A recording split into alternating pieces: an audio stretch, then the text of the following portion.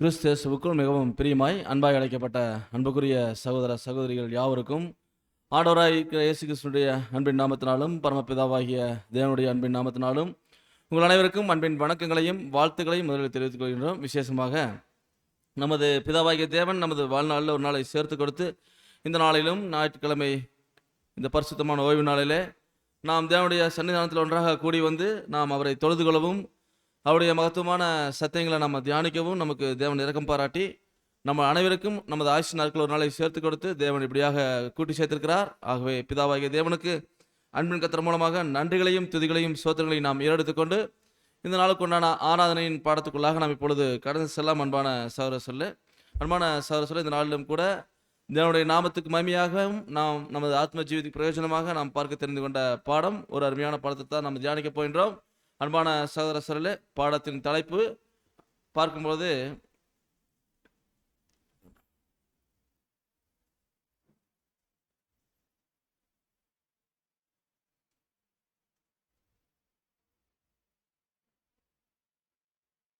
செலோப்பியாத்தின் குமாரத்திகளின் சுதந்திரம் என்ற தலைப்பில் நாம் தேவனுடைய சத்தியவாதத்தில் தியானிக்க போகின்றோம். பாடத்தின் தலைப்பு செலோப்பியாத்தின் குமாரத்திகளுடைய சுதந்திரம். இந்த பாடத்தில் தேவன் நமக்கு என்ன சத்தியத்தை தரப்போகிறார் அப்படிங்கிறது நம்ம பாடத்தினுடைய முடிவில் நம்ம தெரிஞ்சுக்க போகிறோம். ஒரு அருமையான பாடத்தை இந்த நாளில் நமக்கு தேவன் தரப்போகிறார். செலோப்பியாத் அப்படிங்கிறவர் யார், அவருடைய குமாரத்திகளை பற்றி நாம் ஏன் படிக்கணும், இந்த ஒரு பாடத்தில் நமக்கு என்ன சத்தியம் தேவன் வச்சுருக்காங்க அப்படிங்கிறத நம்ம இன்னைக்கு பாடமாக பார்க்க போகிறோம். அன்பான சகோதர சொல்ல இந்த செலோப்பியாத்தின் குமாரத்திகளை குறித்து நம்ம எங்கே படிக்கிறோன்னா பழைய ஏற்பாட்டில் படிக்கிறோம். பழைய ஏற்பாட்டில் பாருங்க, என்னாகமம் புஸ்தகத்தில் 27ஆம் அதிகாரம் 1வது வசனம். யோசேப்பின் குமாரனாகிய மனாசேயின் குடும்பங்களில் மனாசேயின் குமாரனாகிய மாகீரின் மகனான கிலேயாத்துக்கு பிறந்த ஏபேருக்கு புத்திரனாயிருந்த செலோப்பியாத்தின் குமாரத்திகளாகிய மக்லால், நோவால், ஒக்லால், மில்கால், திர்சால் என்பவர்கள் வந்து பாருங்க அன்பான சகோதரர்கள், இந்த வசனத்தில் படிக்கிறோம். என்னாகமம் புஸ்தகத்தில் அதாவது இந்த சம்பவம் நடக்கிறது வந்து பழைய ஏற்பாட்டின் காலம் ஒன்று.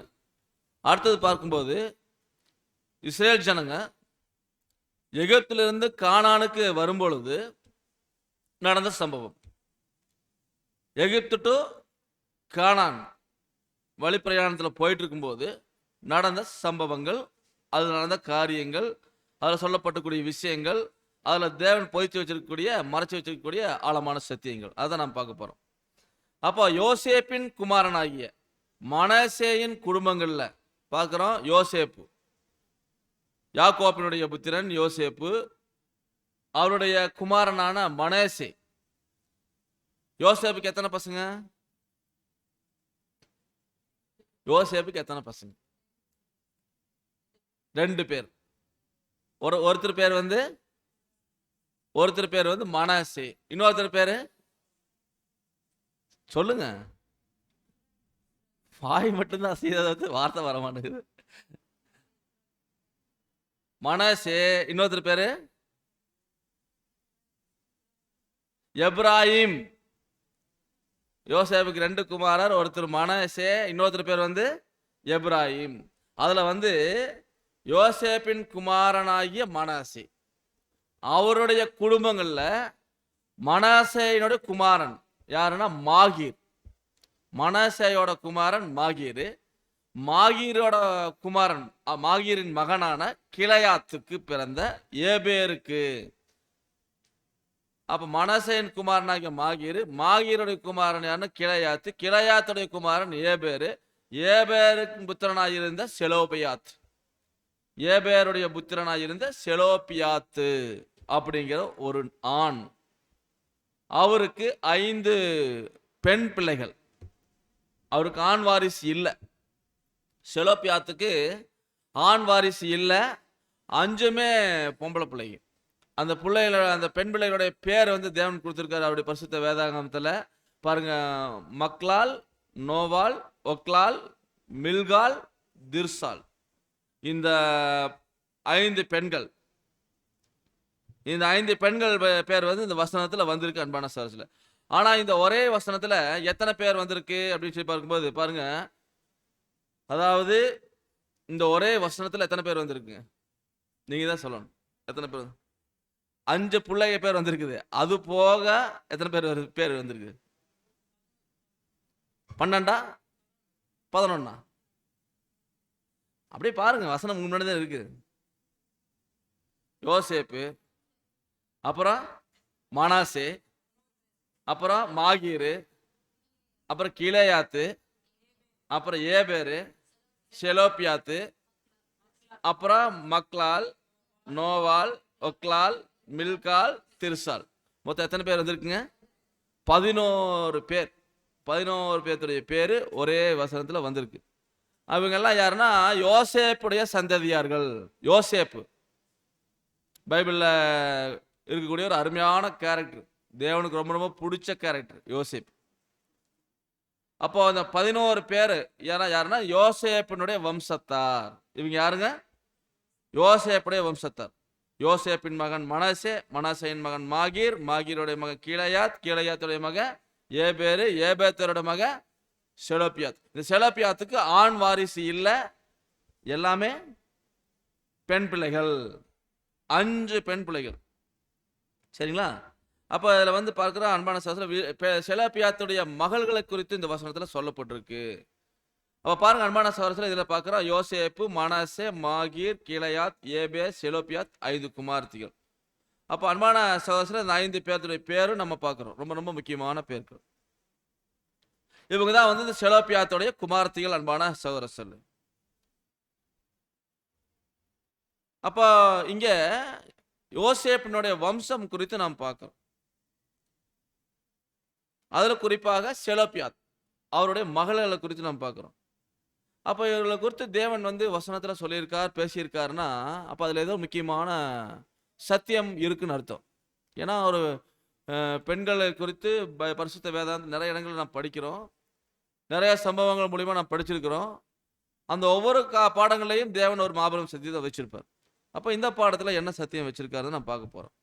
அப்போ அன்பான சகோதர சொல்ல நம்ம பார்க்குறோம், இந்த செலோப்பியாத்தின் குமாரத்திகள் அவங்களுடைய வாழ்க்கையில் நடந்த சம்பவங்கள் இதெல்லாம் வந்து நமக்கு எப்படி ஆவிக்குரிய வாழ்க்கை பிரயோஜனமாக இருக்குன்னு நம்ம பாடத்தில் பார்க்க போகிறோம். சரிங்களா? அப்போ இஸ்ரேல் ஜனங்க வந்து எகிப்தில் அடிமைத்தனத்தில் இருந்தாங்க.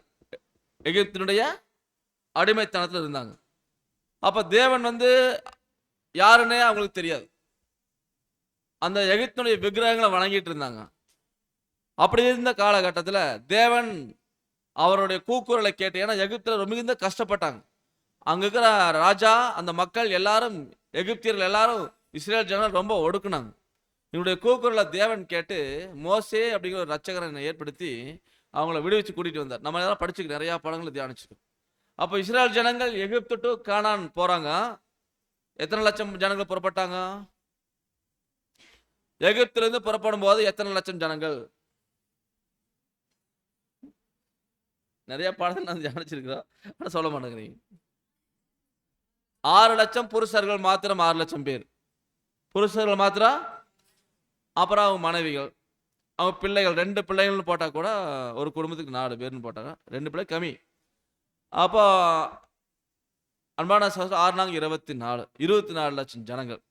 எத்தனை லட்சம் ஜனங்கள்?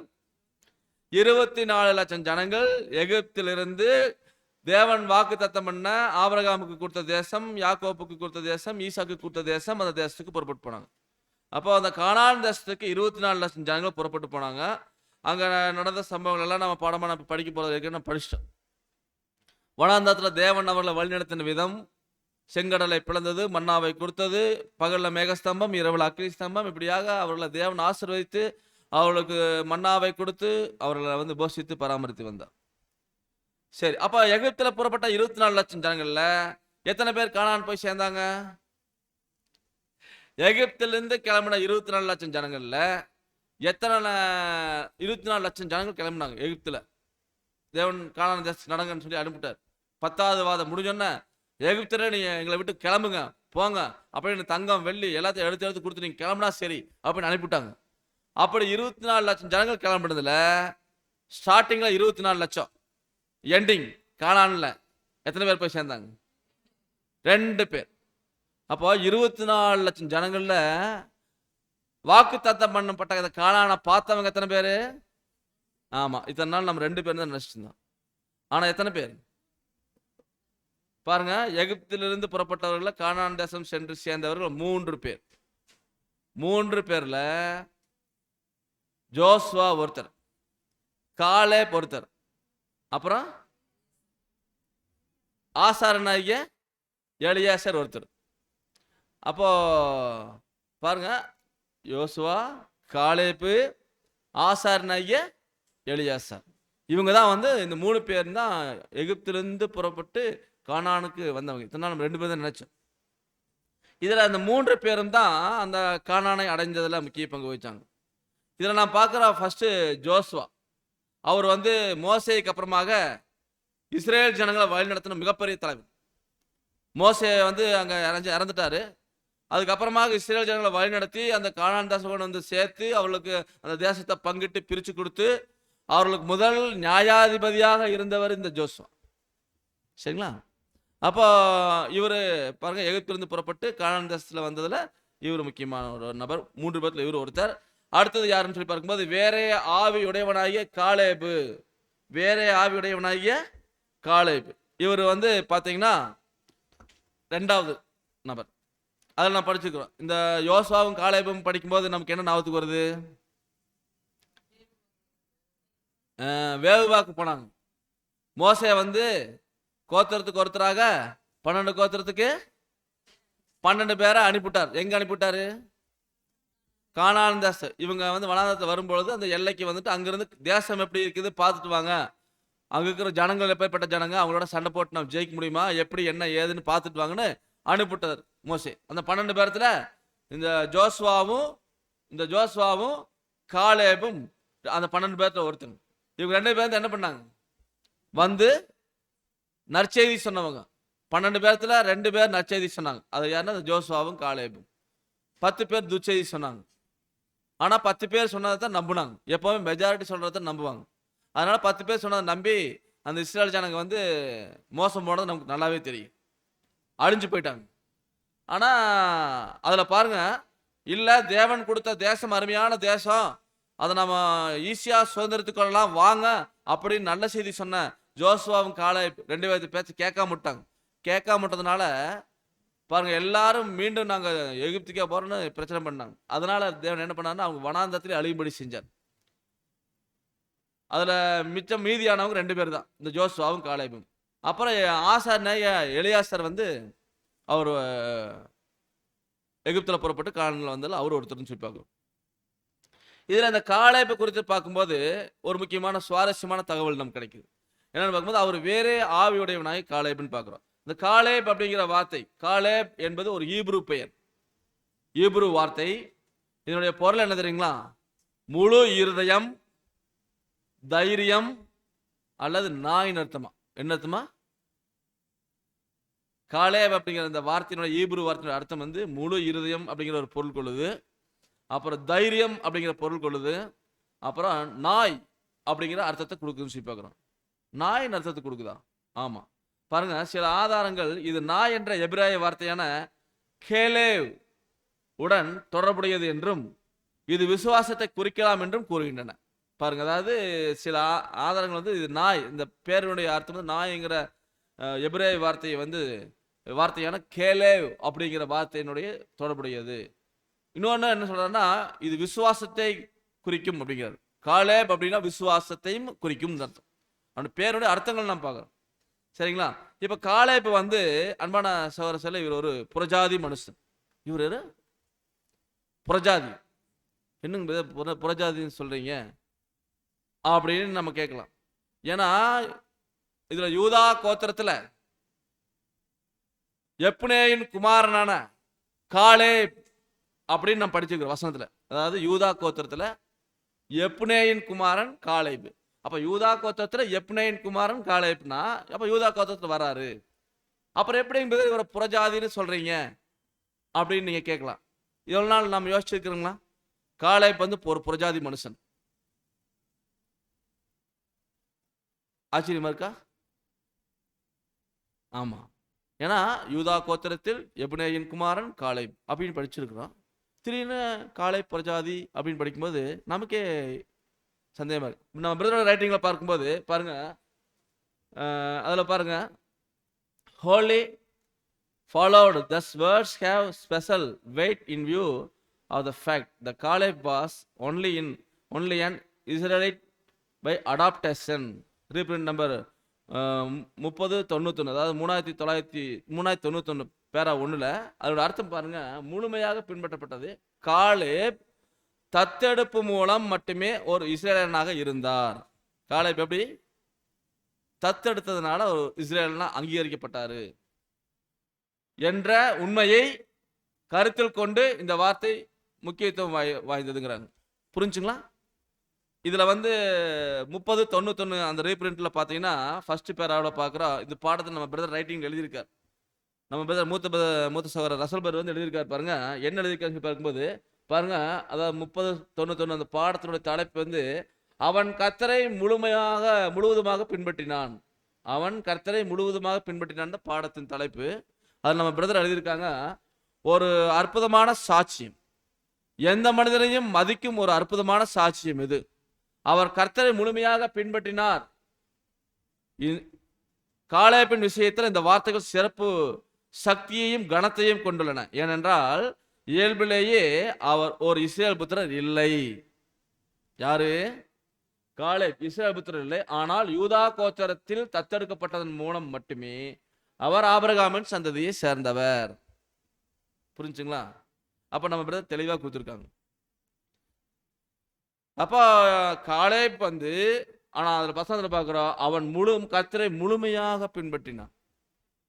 நல்ல வைராக்கியம் காமிச்சிருக்கார்.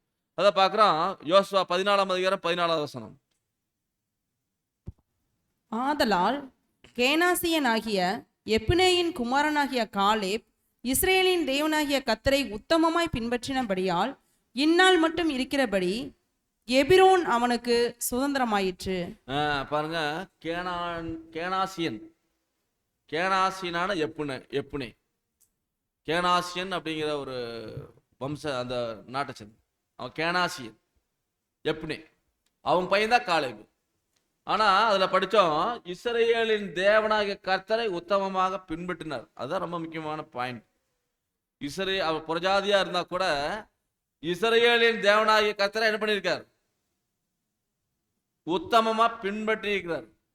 அதனாலதான் அதுல அவங்க இஸ்ரேல் புத்திரர் மத்தியில் சுதந்திரம் கொடுக்கப்பட்டு எப்ரோன் அவனுக்கு சுதந்திரமாச்சு. எப்ரோன் அவனுக்கு சுதந்திரமாச்சுன்னு சொல்லி பார்க்கிறோம். சரிங்களா? அப்போ இந்த ஒரு பாடத்துல நம்ம என்ன தெரிஞ்சுக்கிறோம்னா, புறஜாதியராகிய அந்த காலேப்பு எப்படி அந்த கானான் தேசத்துல வாக்குத்தத்தம் பண்ணப்பட்ட தேசத்துல இஸ்ரேல் புத்திரர் மத்தியில இஸ்ரேல் புத்திரர் சுதந்திரத்துல அவர் ஒரு பங்கு வகிச்சார். அதுல பாருங்க, எப்ரோன் அப்படிங்கிற அந்த இடம் அவருக்கு சொந்தமாச்சு, அவருடைய சுதந்திரமாச்சு. எப்ரோன் ரொம்ப முக்கியத்துவம் வாய்ந்த ஒரு இடம். தாவீது ராஜா காலத்துல, சவுல் ராஜா காலத்துல, பல நியாய காலத்துல எப்ரோன் ரொம்ப முக்கியமான பகுதியா விளங்குச்சு. அப்ப அந்த எப்ரோன் காலேபுக்கு சொந்தமாச்சு. அப்ப அன்பான சகோதரர்கள் நம்ம பார்க்கிறோம், இதுல காலேப் புறஜாதி. இப்ப புறஜாதியாகிய நம்மைத்தான் இந்த காலேப் கதாபாத்திரம் அர்த்தப்படுத்துகிறார். புரிஞ்சுங்களா? நாமெல்லாம் இஸ்ரேல் சுதந்திரத்துல பங்கு பெற முடியுமா? காலேப் புறஜாதி பங்கு பெற முடியாது. அதே மாதிரி தேவனுடைய அந்த வாக்குப்பத்தம் பண்ணப்பட்ட பரமகானானுக்கு நம்ம போக முடியுமானா நமக்கு தகுதி இல்லை. ஆனாலும் காலேபை போல நாம உத்தமமா தேவனை பின்பற்றினா நிச்சயமா அந்த வாய்ப்பு கொடுப்பார் அப்படிங்கிறதுக்கு ஒரு உதாரணம் வச்சிருக்காரு தேவன். இப்ப புறஜாதியாக நாம தான் காலேப் நமக்கு நிழலா இருக்கார். காலேப் யாருக்கு நிழலா இருக்காரு? நிழலா இருக்கார். ஆனா பாருங்க, அவர் எந்த கோத்திரத்துல ஏற்றுக்கொள்ளப்பட்டார்? காலேப் யூதா கோத்திரத்துல ஒருத்தரா எண்ணப்பட்டார். கோத்திரத்துக்கு ஒருத்தர் வேவாக்கு போலாங்கும் போது யூதா கோத்திரத்துல அத்தனை லட்சம் பேர் இருந்தாலும் மோசே யாரை செலக்ட் பண்ணி அனுப்பினார்? நீங்க சொல்லுங்க. யூதா கோத்திரத்துல அந்த வேவாக்கு போக சொல்லும் போது நிறைய பேர் இருக்கு, லட்சக்கணக்கான பேர் இருக்கிறாங்க. அந்த லட்சக்கணக்கான பேர்ல தத்தெடுக்கப்பட்ட காலேப இவன் புறஜாதின்னு மோசே விடல. நீ வேவாக்கு போறதுக்கு நீ போகக்கூடாதுன்னு நினைக்கல. ஆனா தேவன் பாருங்க, மோசே மூலமா அந்த காலேப அந்த அத்தனை லட்சம் ஜனங்களும் தேவன் தேர்ந்தெடுத்து அந்த யூதா கோத்திரத்தில் எப்புனேயின் குமாரன் காலேப் அப்படின்னு சொல்ற அளவுக்கு தேவன் வந்து உயர்த்தியிருக்கார். அப்போ அதில் வந்து நாம் பார்க்கும்போது என்ன ஒரு மாபெரும் சத்தியம் அடங்கி இருப்பாரு. அப்போ இதெல்லாம் எதுக்கு நான் நிழலாக கொடுத்துருக்காரு? நமக்கு நிழலாக, நமக்கு ஒரு பொருளாக இருக்கு. நம்ம தான் புறஜாதி, நமக்கு வந்து அந்த வாய்ப்பு இருக்கானா இருக்கு. இத்தனை லட்சம் ஜனங்கள்ல தேவன் வந்து நம்மளை தெரிந்து கொண்டிருக்கார். காலேபை போல நம்மளை தெரிந்து கொண்டிருக்கார் அப்படிங்கிறத நம்ம உணர்ந்தவர்களாக இருக்கணும் அன்பான சகோதரர்களே. அதில் பாருங்க, அந்த காலேப் என்றால் நாய் அப்படின்னு ஒரு அர்த்தம் முறை வருதுன்னு சொல்லி பார்க்குறோம். அதை நான் பார்க்குறோம் மத்தேயு 15ஆம் அதிகாரத்தில் இந்த கானானிய ஸ்திரீ என்ன பண்ணுது பாருங்க. ஆண்டவர் இயேசு கிறிஸ்து முதல்வர்கள் வந்திருந்த போது கானானிய ஸ்திரீ ஆண்டவர்கிட்ட போய் ஒரு உதவி கேட்குது. என்ன உதவி கேட்குது? மத்தேயு 15ஆம் அதிகாரம் 22வது வசனம். அப்பொழுது அந்த திசைகளில் குடியிருக்கிற கானானிய ஸ்திரீ ஒருத்தி அவரிடத்தில் வந்து, ஆண்டவரே, தாவீதின் குமாரனே, எனக்கு இரங்கும், என் மகள் பிசாசினால் கொடிய வேதனை படுகிறாள் என்று சொல்லி கூப்பிட்டாள். பாருங்க, ஆண்டவர் இயேசு கிறிஸ்து அப்படியே போயிட்டு இருக்கும்போது, வழியில போயிட்டு இருக்கும்போது ஒரு கானானிய ஸ்திரீ, புறஜாதி பெண், ஆண்டவர் இருக்கிற அந்த அந்த பக்கம் வந்து அவரிடத்துல வந்து, ஆண்டவரே, தாவீதின் குமாரனே, எனக்கு இரங்கும், என் மகள் வந்து பிசாசினால கொடிய வேதனைப்படுறான் அப்படின்னு இந்த பெண் வந்து சொல்லுது. அப்போ ஆண்டவர் இயேசு கிறிஸ்து அதுக்கு என்ன பதில் சொல்றார்? வசனம் வாசிக்கலாம். மத்தேயு 15ஆம் அதிகாரம் 23 மற்றும் 24ஆம் வசனம். அவளுக்கு பிரதியுத்தரமாக அவர் ஒரு வார்த்தையும் சொல்லவில்லை. அப்பொழுது அவருடைய சீசர்கள் வந்து, இவள் நம்மை பின்தொடர்ந்து கூப்பிடுகிறாளே, இவளை அனுப்பிவிடும் என்று அவரை வேண்டிக் கொண்டார்கள். பாருங்க, அவளுக்கு பிரதியுத்தரம் ஆண்டவர் ஒண்ணுமே சொல்லல. அந்த கானானிய ஸ்திரீ வந்து ஆண்டவர்கிட்ட வந்து கேட்குது, என்னுடைய மகள் வந்து கொடிய பிசாசினால வேதனைப்படுறா, கொஞ்சம் உதவி செய்யுங்க ஆண்டவரே அப்படின்னு ஆண்டவர்கிட்ட கேட்கும்போது, ஆண்டவர் வந்து பாருங்க அவளுக்கு பிரதியுத்தரமாக அவர் ஒரு வார்த்தையும் சொல்லியா. ஆண்டவர் பாருங்க ஒண்ணுமே சொல்லியா. அப்பொழுது சீசர்கள் வராங்க. ஆண்டவர் எவ்வளவு இரக்கமுள்ளவர், அவர் ஒன்றும் சொல்லேன்னா அங்கே ஏதாவது விஷயம் இருக்குன்னு அர்த்தம். ஆனால் சீசர்கள் வந்து ஆண்டவர்கிட்ட பேசுறாங்க, அவள் வந்து நம்ம பின்தொடர்ந்து கூப்பிடுறாளே, இவளை அனுப்பிவிடும், அவளுக்கு ஏதோ ஒரு பதில் சொல்லுங்க ஆண்டவரே அப்படிங்கிற மாதிரி வேண்டிக் கொண்டாங்க ஆண்டவரை. அதற்கு வந்து ஆண்டவர் இயேசு கிறிஸ்துவினுடைய பதில் பாருங்க, அடுத்த வசனம். அதற்கு அவர், காணாமற் போன ஆடுகளாகிய இஸ்ரேல் வீட்டாரிடத்திற்கு அனுப்பப்பட்டேனே அன்றி மற்றபடி அல்ல என்றார். பாருங்க, ஏன் நான் பேசலன்னு ஆண்டவர் சொல்றார். அதாவது காணாமல் போன ஆடுகளாகிய இஸ்ரேல் வீட்டாரிடத்துக்கு அனுப்பப்பட்டேனே அன்றி மற்றபடி அல்ல. நான் ஏன் அந்த பெண் கானானிய ஸ்திரீகிட்ட பேசலைன்னா, நான் காணாமல் போன ஆடுகளாக இஸ்ரேல் ஜனங்களை வீட்டுக்கு தான் நான் அனுப்பப்பட்டிருக்கிறேன். அதனால அவங்களுக்கு தான் நான் வந்து ஊழியம் செய்வேன், அவங்களுக்கு தான் நான் சுத்தமாக்குவேன், அவங்களுக்கு தான் நான் சரிப்படுத்துவேன் அப்படிங்கிற மாதிரி பேசுறாரு ஆண்டவர். அதனாலதான் நான் அந்த கானானிய ஸ்திரீக்கு நான் பதில் சொல்லல, மற்றபடி வேற ஒன்றும் இல்லை அப்படின்னு ஆண்டவர் சொல்லிட்டார். ஏன் அப்படி சொன்னார்? ஏன் இப்படி சொன்னார்? அது 25ஆம் வசனம் பைபிளை பார்த்து வாசிங்க. 25ஆம் வசனம் மத்தேயு. அவள் வந்து, ஆண்டவரே, எனக்கு உதவி செய்யும் என்று அவரை பணிந்து கொண்டாள்.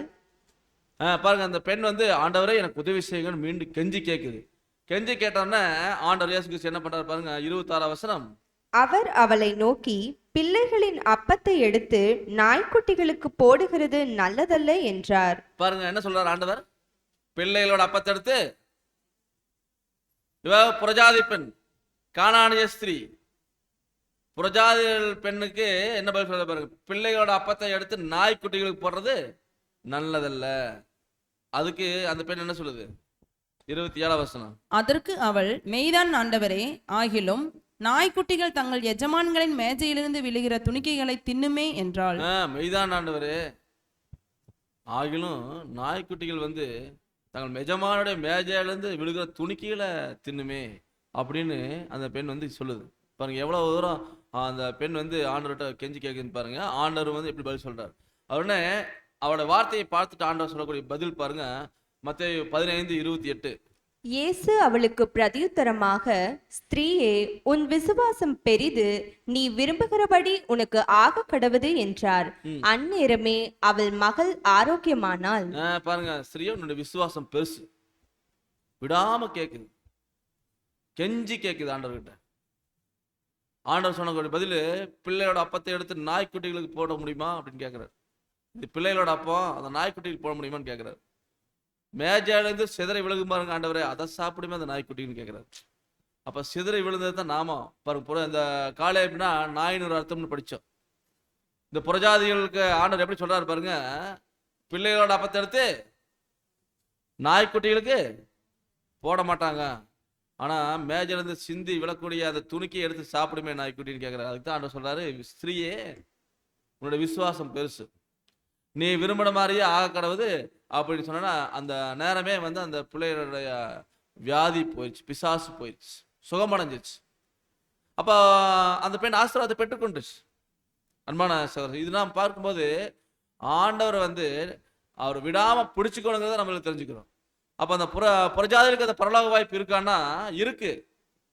பாருங்க, விசுவாசம் இருந்தா நமக்கு அந்த வாய்ப்பு இருக்கு. விசுவாசத்தினால நம்ம அந்த இடத்துல வந்திருக்கிறோம். நாம் எப்படி விசுவாசத்தினால ஆபிரகாமின் சந்ததியா இருக்கிறோம். அப்ப பாருங்க, நாம் பிரஜாதிகள் தான், காலேபு போன்றவங்க தான், நாய்க்கு சமானமா தான் இருக்கிறோம். ஆனாலும் மேஜையில இருந்து சிந்தி விழுந்த துணிக்கைகளை பறிக்கி சாப்பிட்டதுனால அந்த வாய்ப்புகள் வந்திருக்கும். அந்த விசுவாசத்தை காமிச்சதுனால ஆண்டவர் இயேசு கிறிஸ்து அதை பார்த்து நமக்கு இரக்கம் செய்கிறார். அன்பான சகோதர சொல்லு, இப்படியாக அந்த கானானிய ஸ்திரீ சம்பவத்துல நாம் பார்த்தோம். சரிங்களா? அடுத்தது வந்து பாத்தீங்கன்னா மூணாவது எலியாசார். அது கானானுக்கு என்றானது எலியாசார். அவரை குறித்து நாம் படிக்கலாம். யாத்திராகமம் புத்தகத்துல 6ஆம் அதிகாரம் வசனம் 25-26. ஆரோனின் குமாரனாகிய எலியாசர் பூத்தியேலினுடைய குமாரத்திகளின் ஒருத்தியை விவாகம் பண்ணினான். அவன் அவளுக்கு பினகாசை பெற்றாள். அவரவர் வம்சங்களின்படி லேவியருடைய பிதாக்களாகிய தலைவர் இவர்களே. இஸ்ரேல் புத்திரர் அணியணியாய் எகிப்து தேசத்திலிருந்து நடந்து கொண்டு போவதற்கு கர்த்தரால் கட்டளை பெற்ற ஆரோனும் மோசேயும் இவர்களே. பாருங்க, அதாவது எலியாசரும் அந்த கானான் தேசத்துல போறதுக்கு அந்த எகிப்திலிருந்து புறப்பட்டாருங்கிறது ஒரு ஆதாரம் தான் அது வசனம். ஆரோனின் குமாரனாகி எலியாசார் பூத்தியலுடைய குமாரத்தில் ஒருத்தியை விவாகம் பண்ணினான். அவள் அவனுக்கு பினாகாசை பெற்றாள். அவர் வம்சங்களின்படி லேவியரின் பிதாக்களாகிய தலைவர்கள் இவர்களேன்னு சொல்லிட்டு, அதாவது எகிப்திலிருந்து புறப்பட்டவருடைய லிஸ்ட் கொடுக்குறார் தேவன். அதுல வந்து பாருங்க, இஸ்ரேல் புத்திரரை அணியணியாக எகிப்திலிருந்து தேசத்திலிருந்து நடத்தி கொண்டு போவதற்கு கர்த்தரால கட்டளை பெற்ற ஆரோனும் மோசேயும் இவர்களே அப்படின்னு அந்த இதில் சொல்றாரு.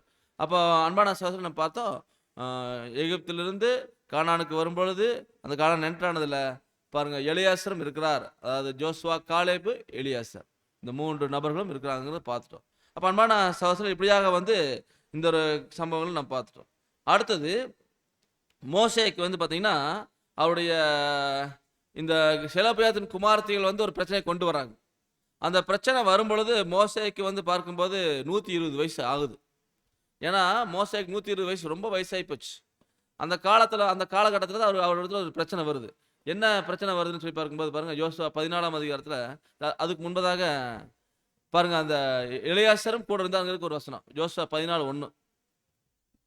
கானான் தேசத்திலே இஸ்ரவேல் புத்திரர் சுதந்தரித்துக் கொண்ட தேசங்களை ஆசாரியனாகிய எலெயாசாரும் நூனின் குமாரனாகிய யோசுவாவும் இஸ்ரவேல் புத்திரருடைய கோத்திர பிதாக்களின் தலைவரும் கர்த்தர் மோசேயை கொண்டு கட்டளையிட்டபடி சீட்டு போட்டு பாருங்க, அங்க கானான் தேசத்துக்கு வந்துட்டு அந்த இஸ்ரவேல் புத்திரர் சுதந்திரத்துக் கொண்ட தேசங்களை ஆசாரியனாகிய எலியாசரும் பார்த்தோமா இல்லைங்களா? அங்க எகிப்துல புறப்பட்ட போது எலியாசர் இருக்காரு. இங்க கானான் தேசத்தை பங்கு போடும் போது யாரா இருக்கிறாங்க? எலியாசரும் நூனின் குமாரனாகிய யோசுவாவும் இஸ்ரவேல் புத்திரருடைய கோத்திர பிதாக்களின் தலைவரும் கர்த்தர் மோசேயை கொண்டு கட்டளையிட்டபடி சீட்டு போட்டு அப்படின்னு படித்தோம். அப்போ இதில் வந்து பார்த்தா அந்த எலியாசரும் இருக்கிறாங்க பார்த்துட்டோம். அடுத்தது நான் பார்க்குறோம், மோசேக்கு வந்து 120 வயசு ஆகுது இந்த சம்பவம் நடக்கும் பொழுது. அப்போ தான் அந்த பிரச்சனை நடக்குது. ஏன்னா 27:1 படித்தோம். அதாவது செலோபியாத்தின் குமாரத்தில் 5 பேரும் வந்து என்ன பண்ணுறாங்க? 2ஆம் வசனம். ஆசரிப்பு கூடார வாசலிலே மோசேயுக்கும் ஆசாரனாகிய எலியாசருக்கும் பிரபுக்களுக்கும் சபை அனைத்திற்கு முன்பாக நின்று பாருங்க, இப்போ ஆசரிப்பு கூடாரத்துல மோசேய்க்கும் ஆசாரியனாய் எலியாசருக்கும் பிரபுக்களுக்கும் சபையானத்துக்கு முன்பாக நின்று இந்த செலோபியாத்தின் குமாரத்தில் 5 பேரும் வந்து இப்போ எங்க வேண்டாம், ஆசரிப்பு கூடாரத்துக்கு வந்துட்டாங்க. அந்த வாசலுக்கு வந்துட்டாங்க. அங்க மோசே கிட்ட வந்து நிக்கிறாங்க, பிரச்சனை கொண்டு வந்துட்டாங்க. அப்போ ஆரோன் இறந்துட்டார். இதுக்கு முன்பு அந்த சம்பவம் நடக்கும்போது ஆரோன் இல்லை, அவருடைய குமாரனாகிய எலியாசர் தான் இருக்கார். எலியாசருக்கும் பிரபுக்களுக்கும் சபையானத்திற்கு முன்பாக நிற்கிறாங்க.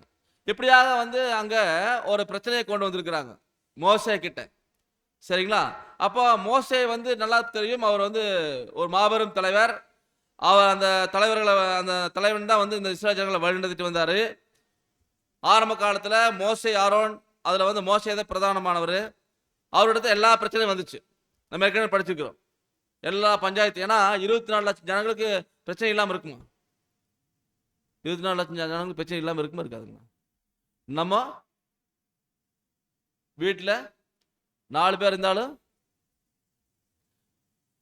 40 சண்டை இருக்கு. இங்க எத்தனை லட்சம் பேருங்க? 24 லட்சம் ஜனங்க. எத்தனை பிரச்சனை வரும்? அத்தனை பஞ்சாயத்து வரும். எல்லா பஞ்சாயத்தும் மோசை கிட்ட தான் வரும். மோசையை வந்து உட்கார்ந்து விசாரிச்சாருன்னா எந்திரிக்கவே முடியாது. அந்த பஞ்சாயத்து ஏன்னா பஞ்சாயத்து அவ்வளோ சீக்கிரம் முடியுமா? நம்மளே யோசிச்சு பாருங்க. எத்தனை பஞ்சாயத்து நடந்துக்குது, நம்ம எத்தனை பஞ்சாயத்து போய்க்கிறோம், நம்ம எத்தனை பஞ்சாயத்து வந்திருக்குது. சீக்கிரமான முடியாது. அப்போ அதை அப்படியே இழுத்துட்டே போகும் பிரச்சனை. அதில் வந்து மோசையை வந்து அதில் பொறுமையோடு இருந்து அந்த ஜனங்கள் நியாயம் செய்வார். அப்படி இருக்கும்போது ஒரு தடவை வந்து மோசையுடைய மாமனார் வந்து எத்திரோ, மீதியான் தேசத்து ஆசாரியன் எத்திரோ, அவர் வந்து மருமகன் மற்றும் மகள் மோசையோட மனைவி யாருங்க? மோசையோட மனைவி பேர் என்னங்க? ஒண்ணு சிப்போராள். மோசையின் மனைவி சிப்போராள். ஒண்ணுமே சொல்ல மாட்டேங்கிறீங்க. மோசையின் மனைவி சிப்போராள். அவங்களுடைய அப்பா தான் வந்து எத்திரோ. அவர் வந்து மீதியான தேச ஆசாரியன். அவர் வந்து என்ன வந்திருக்காருன்னா இங்க பார்க்கலான்னு வந்திருக்காரு. அப்போ வரும்பொழுது இங்க நம்ம அவருடைய மாப்பிள்ளை மோசே அவர் வந்து அங்கே அவருக்கு முன்னாடி ஜனங்க நிற்கிறதும், அங்கே வந்து ஜனங்களுடைய பிரச்சனைகளை வந்து அங்கே சொல்கிறதும், இப்படி எல்லாம் வந்து பார்க்குறாரு. இது வந்து பாருங்க, அதில் நாம் படிக்கும்போது யாத்திரை 18ஆம் அதிகாரத்தில் 12ஆம் வசனத்தில் படித்தோம்னா 12 மோசேயின் மாமனாகிய எத்திரோ சர்வாங்க தகன பலிகளையும் மற்ற பலிகளையும் தேவனுக்கு கொண்டு வந்து செலுத்தினான். பின்பு ஆரோனும் இஸ்ரேல் மூப்பர் அனைவரும் வந்து மோசேயின் மாமனுடைய தேவ சமூகத்தில் போஜனம் பண்ணினார்கள். அப்புறம் மறுநாள் மோசே ஜனங்களின் நியாயம் விசாரிக்க உட்கார்ந்தான். ஜனங்கள் காலமே துவங்கி சாயங்காலம் மட்டும் மோசேயுக்கு முன்பாக நின்றார்கள். ஜனங்களுக்கு அவர் செய்த யாவையும் மோசேயின் மாமன் கண்டு, நீர் ஜனங்களுக்கு செய்கிற இந்த காரியம் என்ன? நீர் ஒன்றாய் உட்கார்ந்திருக்கவும் ஜனங்கள் எல்லாரும் காலமே துவங்கி சாயங்காலம் மட்டும் உமக்கு முன்பாக நிற்கவும் வேண்டியது என்ன என்றார். அப்பொழுது மோசே தன் மாமனை நோக்கி, தேவனிடத்தில் விசாரிக்கும்படி ஜனங்கள் என்னிடத்தில் வருகிறார்கள். அவர்களுக்கு யாதொரு காரியம் உண்டானால் என்னிடத்தில் வருகிறவர்கள் நான் அவர்களுக்குள்ள வழக்கை தீர்த்து தேவ கட்டளைகளையும் அவருடைய பிரமாணங்களையும் தெரிவிக்கிறேன் என்றான். அதாவது இப்படியாக வந்து மோசையினுடைய மாமன் வந்திருக்கும் போது அடுத்த நாள் வந்து நல்லா சாப்பிட்டு முடிச்சுட்டு அடுத்த நாள் மோசை உட்காந்துட்டார். உட்காரும்போது அவருக்கு முன்பாக ஜனங்கள் வந்து லைனா வந்து நிற்கிறாங்க பிரச்சனைகளோட. காலமே துவங்கி மோசையை பஞ்சாயத்து பண்றாரு, முடிய மாட்டேங்குது. இதை பார்த்தாரு எத்திரோ, என்ன இப்படி பண்ணிட்டு இருக்கிறீங்க, எப்போ இதெல்லாம் பிரச்சனை முடிக்கிறது, நீங்க எப்போ உங்க வேலையை பார்க்கறது அப்படின்னுட்டு அவர் வந்து என்ன சொல்றாருன்னா, மோசையின் மாமன் வந்து நீர் செய்யற காரியம் நல்லதல்ல, நீரும் உம்மோடு இருக்கக்கூடிய ஜனங்களும் அதாவது சோர்ந்து போவீங்க, தொய்ந்து போவீங்க, இது உமக்கு மிகவும் பாரமான காரியம், அது நீங்க ஒருவராய் செய்ய உமால கூடாது, அதனால நீங்க நான் சொல்ற ஆலோசனை கேளுங்க, அதனால என்ன பண்ணுங்கன்னா உங்களுக்குன்னு ஒரு ஆளுக்களை கொஞ்சம் ஆளுகளை தேர்ந்தெடுத்துக்குங்க அப்படின்னு சொல்றாரு. என்ன சொல்றாரு பாருங்க, என் சொல்லை கேளும், உமது ஆலோசனை ஒன்று சொல்றேன், தேவனும் உம்மோடு இருப்பாராக, நீ தேவ சன்னிதானத்தில் ஜனங்களுக்காக விசேஷங்களை தேவனத்தில் போய் கேளும், கொண்டு போய் எல்லாம் இது பண்றீங்க. அதனால ஜனங்கள் எல்லாருக்குள்ளும் தேவனுக்கு பயந்தவர்களும் உண்மையுள்ளவர்களும் பொருளாசையை வெறுக்கிறவர்களுமான திறமையுள்ள மனிதரை தெரிந்து கொண்டு அவர்களை 1000 பேருக்கு அதிபதிகளாகவும் 100 பேருக்கு அதிபதிகளாகவும் 50 பேருக்கு அதிபதிகளாகவும் 10 பேருக்கு அதிபதியை ஏற்படுத்துகிறார். 1000 பேருக்கு அதிபதி, அப்புறம் 100 பேருக்கு அதிபதி, அப்புறம் 50 பேருக்கு அதிபதி, 10 பேருக்கு அதிபதி ஏற்படுத்துங்க. இப்போ 10 பேர் அதிபதி ஒரு பிரச்சனையா, ஃபர்ஸ்ட் எங்க போகணும்? எனக்கு ஒரு பிரச்சனை, நான் ஃபர்ஸ்ட் எங்க போகணும்?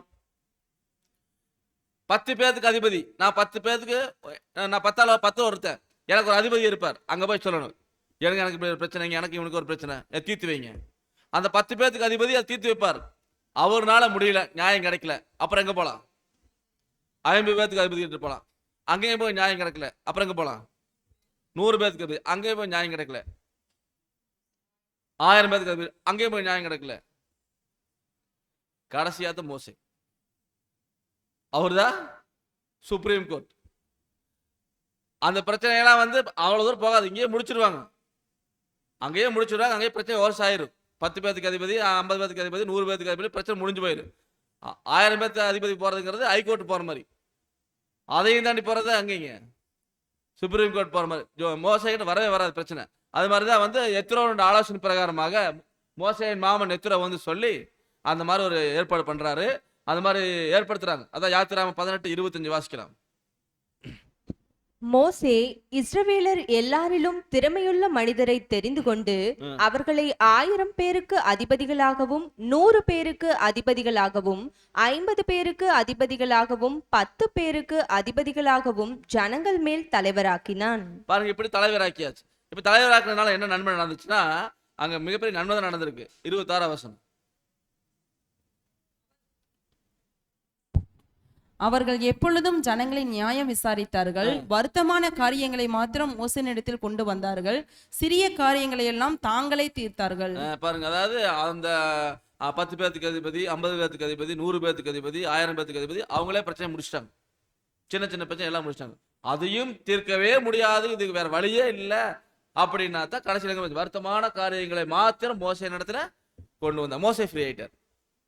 சிறிய காரியங்களை அவங்களுக்குள்ளேயே தீர்த்துட்டாங்கன்னு சொல்லி பார்க்கலாம். இப்படியாக அன்பான சகோதர சொல்ல, இது வந்து சிறிய காரியம் அங்கேயும் முடிஞ்சிச்சு.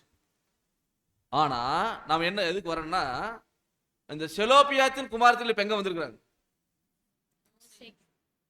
அங்க வாசலுக்கு கூட வாசலுக்கு வந்தாச்சு. யார்கிட்ட வந்தாச்சு?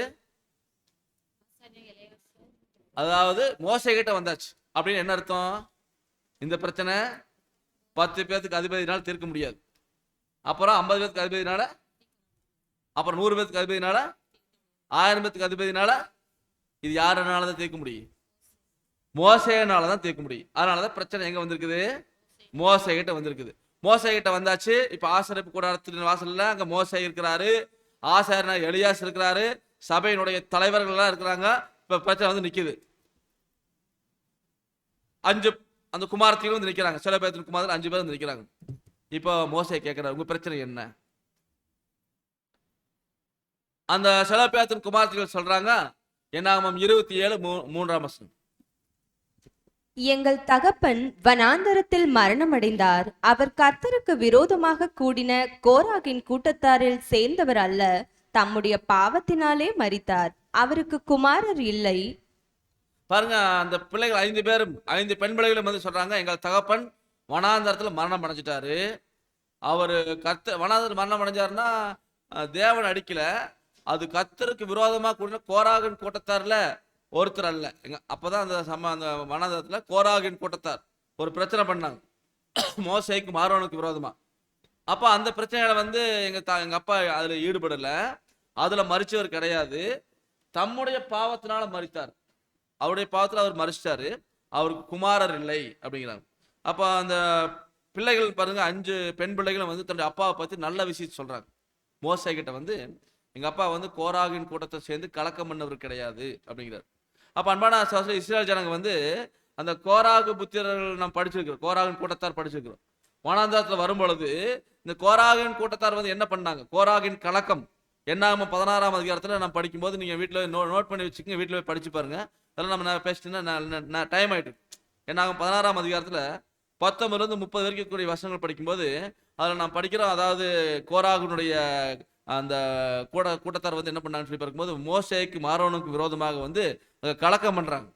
கலக்கம் பண்ணி பிரச்சனை பண்றாங்க. பிரச்சனை பண்ணி நீங்க உங்களை மட்டும்தான் தேவன் தெரிந்து கொண்டாரா, நீங்க மட்டும்தான் அந்த வேலை செய்வீங்களா, நாங்களாம் செய்ய மாட்டோமா அப்படின்னு அங்க பிரச்சனை பண்றாங்க. எல்லாம் என்ன பண்ணாங்கன்னா, நாங்களும் வந்து அதாவது என்ன பண்ண, இஸ்ரேல் சபை தலைவர்கள் சங்கத்துக்கு அழைக்கப்பட்ட பிரபலமான 250 பேரோட மோசேக்கு முன்பாக எழும்பி மோசேக்கு ஆரோனுக்கு விரோதமாக கூட்டம் கூடி அவர்களை நோக்கி சொல்றாங்க, நீங்க மிஞ்சி போறீங்க. இந்த கோராகு அவனுடைய தலைமையில் 250 பேர் வந்து மோசேக்கு ஆரோனுக்கு விரோதமாக வந்து நீங்க மிஞ்சி போறீங்க, நாங்க எல்லாமே பரிசுத்தமானவங்க தான், தேவன் எங்க நடுவில் இருக்கிறாரு, தேவன் எங்களையும் பயன்படுத்துவாரு அப்படின்னு மோசேக்கு ஆரோனுக்கு விரோதமாக பிரச்சனை பண்றாங்க. இப்படியாக வந்து அந்த சம்பவங்கள் நாம படிக்கிறோம். மோசேக்கு ஆரோனுக்கு விரோதமாக பிரச்சனை பண்ணும்போது அங்க வந்து பாருங்க, மோசே சொல்றாரு, ஒன்று செய்யுங்க, கோராகின் கூட்டத்தாரே, நீங்க எல்லாரும் தூப காசு எடுத்துட்டு நாளைக்கு வாங்க. கர்த்தருடைய சன்னிதானத்தில் வாங்க, அக்கினி போட்டு, அதாவது தூப கலசத்தில் அக்கினி போட்டு கர்த்தருடைய சன்னிதானத்தில் தூபத்தை இடுங்க. அப்பொழுது கர்த்தர் எவனை தெரிந்து கொள்றாரோ அவன் வந்து பரிசுத்தவானா இருப்பான். லேவின் புத்திரராகி நீங்க தான் மிஞ்சி போறீங்க அப்படின்னு மோசே சொல்றாரு. அதனால வந்து நீங்க நாளைக்கெல்லாம் வந்துருங்க அப்படின்ட்டாரு. இப்படியாக வந்து கோராகும் கூட்டத்தார் எல்லாருமே தூப கலசத்தோட வந்துட்டாங்க. இப்ப அங்க வந்து ஆரோனுக்கு வராம நீங்க முறுமுறுக்கிறீங்க அப்படின்னு மோசே சொல்றாரு. இப்படியாக வந்து அங்க இருக்கும் பொழுது அங்க என்ன நடக்குன்னு சொல்லி பார்க்கும்போது தேவனுடைய கோபம் இந்த கோராகின் கூட்டத்தார், ஏன்னா கோராகின் கூட்டத்தார் வந்து மோசேக்கும் ஆரோனுக்கு வராம பேசுறது தேவனுக்கு விரோதமா பேசுற மாதிரி. ஏன்னா தேவன் தான் மோசேயையும் ஆரோனையும் தெரிந்து கொண்டு அவருடைய ஊழியம் செய்யறதுக்கான வாய்ப்பு கொடுத்திருக்காரு. அதனால வந்து அந்த இடத்துல வந்து அவங்க தூப கலசத்தை கொண்டு வந்தாங்க. அந்த அப்படியே அவர்கள் தங்கள் தூப கலசத்தை எடுத்து அவைகளில் அக்கினியும் தூபத்தையும் போட்டு ஆசிரியப்பு கூடார வாசலுக்கு முன்பாக வந்து நின்றார்கள். மோசேயும் ஆரோனும் அங்கு நின்றார்கள். படிக்கிறோம். அவர்களுக்கு விரோதமாக கோராகு சபை எல்லாரும் ஆசிரியப்பு கூடாரத்துக்கு முன்பாக கூடி வரும்படி செய்தான். அப்பொழுது கர்த்தருடைய மகிமை சபைக்கெல்லாம் காணப்பட்டது. பாருங்க, அங்க சொல்றாரு, கர்த்தர் மோசையோடும் ஆரோனோடும் பேசி இந்த சபையை விட்டு நீங்க பிரிஞ்சு போங்க, ஒரு நிமிஷத்துல இவங்களை நான் வந்து அதமாக்குறேன் அப்படின்னு தேவன் சொல்றாரு. உடனே வந்து எல்லாத்தையும் அதமாக்குறேன்னு தேவன் கோபப்பட்டார். உடனே மோசையை வந்து விழுந்து வணங்குறாரு. தேவனை வேண்டாம் அப்படின்னு சொல்றாரு. உடனே வந்து தேவன் என்ன பண்ணாருன்னா அந்த கோராகின் கூட்டத்தார் மட்டும் தண்டிச்சார். அவங்க நிக்கிற பூமி அப்படியே பிளந்து அந்த கோராகின் கூட்டத்தார் அப்படியே 250 பேர் உள்ள போயிட்டாங்க நிலத்துக்குள்ள. தேவனுக்கு விரோதமா கலக்கம் பண்ணாங்க. மோசேக்கு ஆரோனுக்கு விரோதமா கலக்கம் பண்றதுங்கிறது தேவனுக்கு விரோதமா கலக்கம் பண்ண. ஏன்னா தேவனால தெரிந்து கொள்ளப்பட்டு அந்த ஆசாரிய ஊழியத்துக்கு தேவன் தெரிந்து கொண்ட பாத்திரம் தான் மோசேயும் ஆரோனும். அப்படிப்பட்ட அந்த உன்னதமான ஊழியத்துக்கு தேவன் கூப்பிட்டு போது அவங்களுக்கு விரோதமா போய் இந்த கோராகின் கூட்டத்தார், ஏன்னா தேவன் வந்து கோராக தெரிந்து கொண்டு அவர் கூப்பிட்டுருப்பாரு. அவர் கூப்பிடலைன்னா தேவன் வந்து ஆரோனத்தை தெரிந்து கொண்டிருக்காரு. அப்ப தேவசித்தம் அதுதான் உணர்ந்து அமைதியா இருக்கணும். அது இல்லாம இன்னைக்கு மிஞ்சி போறீங்க, தேவன் எங்களை தான் தெரிந்து கொண்டிருக்கிறாரு, நாங்களும் தான் தோப்பு காட்ட முடியும், நீங்க உத்தவம் காட்டினா தான் காட்ட முடியுமா, நாங்க காட்ட முடியாதா அப்படின்னு பிரச்சனை பண்ண.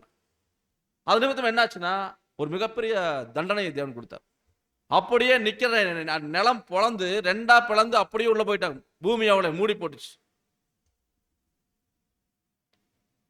இப்படியாக அந்த கோராகின் கூட்டத்தார் பண்ண கலக்கத்துக்கு தண்டனை தேவன் கொடுத்தார். இதுல நமக்கு என்ன பாடம் சொல்லி பார்க்கும்போது பாருங்க, ரீப்ரிண்ட் நம்பர் 5842 வாசிங்க சிஸ்டர். ஏனெனில் சரியாக விஷயங்களை மதிப்பிடுவோமே ஆனால் நம்மில் உயர்ந்தவர்கள் நம்மிடம் பெருமை கொள்ளுவதற்கும் தற்பெருமையாய் பேசுவதற்கும் எதுவும் இல்லை என்பதை கண்டுகொள்வர். நாம் ஏதாகிலும் ஒன்றை கர்த்தரிடத்திலிருந்து பெற்றுக்கொண்டு இருப்போமே ஆனால் நாம் எதையும் சுயமாய் சாதித்து விட்டது போல பெருமை கொள்வதற்கு பதிலாக நாம் பெற்றுக்கொண்டதை குறித்தே பெருமை கொள்ள வேண்டும். அன்பான நம்ம மூத்த ரசபருடைய ரைட்டிங்ல பார்க்கிறோம். அதாவது நம்ம வந்து சரியா மதிப்பிடணும். நம்மில் உயர்ந்தவர்கள் நம்மில் பெருமை கொள்வதற்கும் தற்பெருமை கொள்வதற்கும் எதுவும் இல்லை என்பதை கண்டுகொள்வார்கள். அதாவது நல்லா புரிஞ்சுக்கலாம். நாம் உயர்ந்தவர்கள் அப்படின்னா நாம் அதை எப்படி நிரூபிக்கணும் தெரியுங்களா? நாம் உயர்ந்தவர்கள்னா நாம் எப்படி நிரூபிக்கணும் தெரியுங்களா? நம்மில் பெருமை கொள்வதற்கும் தற்பெருமை பேசுறதுக்கு எதுவும் இல்லைன்னு நினைக்கிறத நம்ம உயர்ந்தவர்கள் அர்த்தம். என்னை வந்து பெருசா சொல்றதுக்கு, நான் தற்பெருமை கொள்றதுக்கு, நான் என்கிட்ட எதுவுமே இல்லைங்க, நான் ஜீரோங்க, நான் ஒண்ணுமே இல்லைங்க அப்படின்னு நினைக்கணும். அவங்க தான் தேவனுடைய பார்வையில் உயர்ந்தவங்களா இருப்பாங்க. அதான் நம்ம சகோதரர் மூத்த சகோதரர் ரீபீட் நம்பர் 5842 சொல்றாரு, நம்மில் உயர்ந்தவர்கள் நம்மிடம் பெருமை கொள்வதற்கும் தற்பெருமையாய் பேசுவதற்கும் எதுவும் இல்லை என்பதை கண்டுகொள்வார்களா. அப்ப உண்மையான தேவ பிள்ளைகள் நாம ஒண்ணுமே நினைப்பாங்க, எனக்கு அது தெரியும் இது தெரியும் அப்படி தெரியும் இப்படி தெரியும், எதுவுமே சொல்ல மாட்டாங்க, தற்பெருமை பேச மாட்டாங்க. நாம் ஏதாயிலும் ஒன்றை கர்த்தரிடத்திலிருந்து பெற்றுக்கொண்டு இருப்போமே ஆனால் நாம எதையும் சுயமாய் சாதித்து விட்டது போல பெருமை கொள்வதற்கு பதிலாக நாம் பெற்றுக்கொண்டதை குறித்து பெருமை. நம்ம வந்து தேவனிடத்தில் நிறைய நன்மைகள் பெற்றுக்கொண்டிருப்போம். தேவனிடத்தில் நிறைய தாளந்துகள் தேவன் கொடுத்திருப்பார். நமக்கு நல்லா ஊழியம் செய்யக்கூடிய தாளந்து கொடுத்திருப்பார், நல்லா பேசக்கூடிய தாளந்து கொடுத்திருப்பார், நல்லா பாடக்கூடிய தாளந்து கொடுத்திருப்பார், நம்ம நல்லா எழுதக்கூடிய தாளந்து கொடுத்திருப்பார். அதை குறித்து நம்ம பெருமை பாடுறதுக்கு ஒன்றுமே இல்லை. தேவன் நமக்கு கொடுத்துருக்க நன்மையான ஈவுகளை குறித்து பெருமை பாடுறதுக்கு எதுவுமே இல்லை. பாருங்க அன்பான சகோதரர், நம்ம சொல்றாரு, நாம் எதையாலும் சுயமாய் சாதித்து விட்டது போல பெருமை கொள்வதற்கு பதிலாக நாம பெற்றுக்கொண்டதை குறித்து தான் பெருமை கொள்ளணுமா.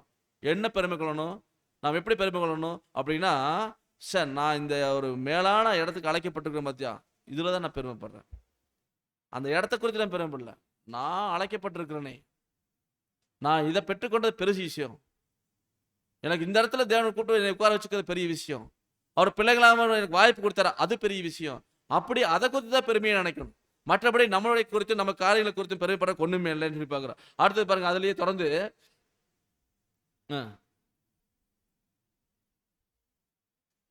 இதுல வந்து நாம பெருமை பெற்றுக்கொண்டதை குறித்து பெருமை கொள்ள வேண்டும் அப்படின்னு சொல்றாரு. அப்ப அன்பான சகோதரர்களே, இதில் நான் பார்க்கிறோம் என்னன்னா, கோராக கூட்டத்தார் வந்து அவங்க மோசே கிட்டே ஆனவர் நீங்க மிஞ்சி போறீங்கன்னு பேசுறாரு. தேவன் அபிஷேகம் பண்ணவங்க, தேவன் தெரிந்து கொண்டவங்களை போய் நீங்க மிஞ்சி போறீங்க அப்படின்னு பேசுற தேவன் சும்மா இருப்பாரா? அப்ப என்ன பண்ணார்? அவங்களுக்கு தண்டனை கொடுத்தார். அப்படியே பூமி வாயை பிளந்து தன்னை பிளந்து ரெண்டா பிளந்து அவங்க அப்படியே உள்ள மூடி மண்ணை போட்டு முடியாச்சு. இவ்வளவுதான் முடிஞ்சு அவங்க கதை. இப்படியாக அன்பான சகோதரன் நான் பார்க்கிறோம், அந்த இடத்துலையும் கூட மோசையை பாருங்க, அது எப்படி தன்னுடைய குணலட்சணத்தை காமிக்கிறார். எல்லாத்தையும் அழிக்கிறேன்னு சொல்லும்போது தேவன் இடத்துல உடனே மன்னிப்பு கேட்டு, தேவனை மன்னிச்சிருக்க, அவங்க தெரியாம பேசிட்டாங்க, எல்லாத்தையும் பழி வாங்கிட வேண்டாம் அப்படின்னு அங்க வந்து தேவன் இடத்துல வந்து இது பண்றார் மோசே. இப்படியாக அன்பான சகோதரன் நான் பார்க்கிறோம், அந்த இடத்துலையும் வந்து மோசே வந்து பொறுமையாக நடக்கிறார். இப்ப அதை தான் வந்து அந்த பெண்கள், அந்த செலோபியாத்தின் குமார்த்திகள் வந்து 5 பேர் என்ன சொல்றாங்கன்னா, எங்க அப்பா வந்து இந்த கோராகின் கூட்டத்தார் போல கலக்கம் பண்ணவர் கிடையாது, அந்த கூட்டத்துல 250 பேர்த்துல ஒருத்தர் கிடையாது, அவர் வனாந்தரத்தை தன்னுடைய பாவத்தினால அவர் செத்தாரு அப்படின்னு தன்னுடைய அப்பாவை குறித்து அந்த பெண் பிள்ளைகள் வந்து சாட்சி கொடுக்குறாங்க. அருமையான எங்க அப்பா அருமையானவர் அப்படின்னு, அருமையான மனிதர் என்று சாட்சி தராங்க அன்பான சகோதரர். அப்ப அதுல இருந்து நமக்கு என்ன தெரியுதுன்னா, பெண் பிள்ளைகள் வந்து தன் அப்பாவை பத்தி சொல்றாங்க, தேவனை கூறாம எங்க அப்பா கலக்கமெல்லாம் பண்ணல அப்படின்னு சாட்சி கொடுக்குறாங்க, நல்ல சாட்சி கொடுக்குறாங்க. அதே மாதிரி நாமும் நம் குடும்பத்தார் மத்தியில் நல்ல சாட்சி வாங்கணும் அன்பான சகோதரர்.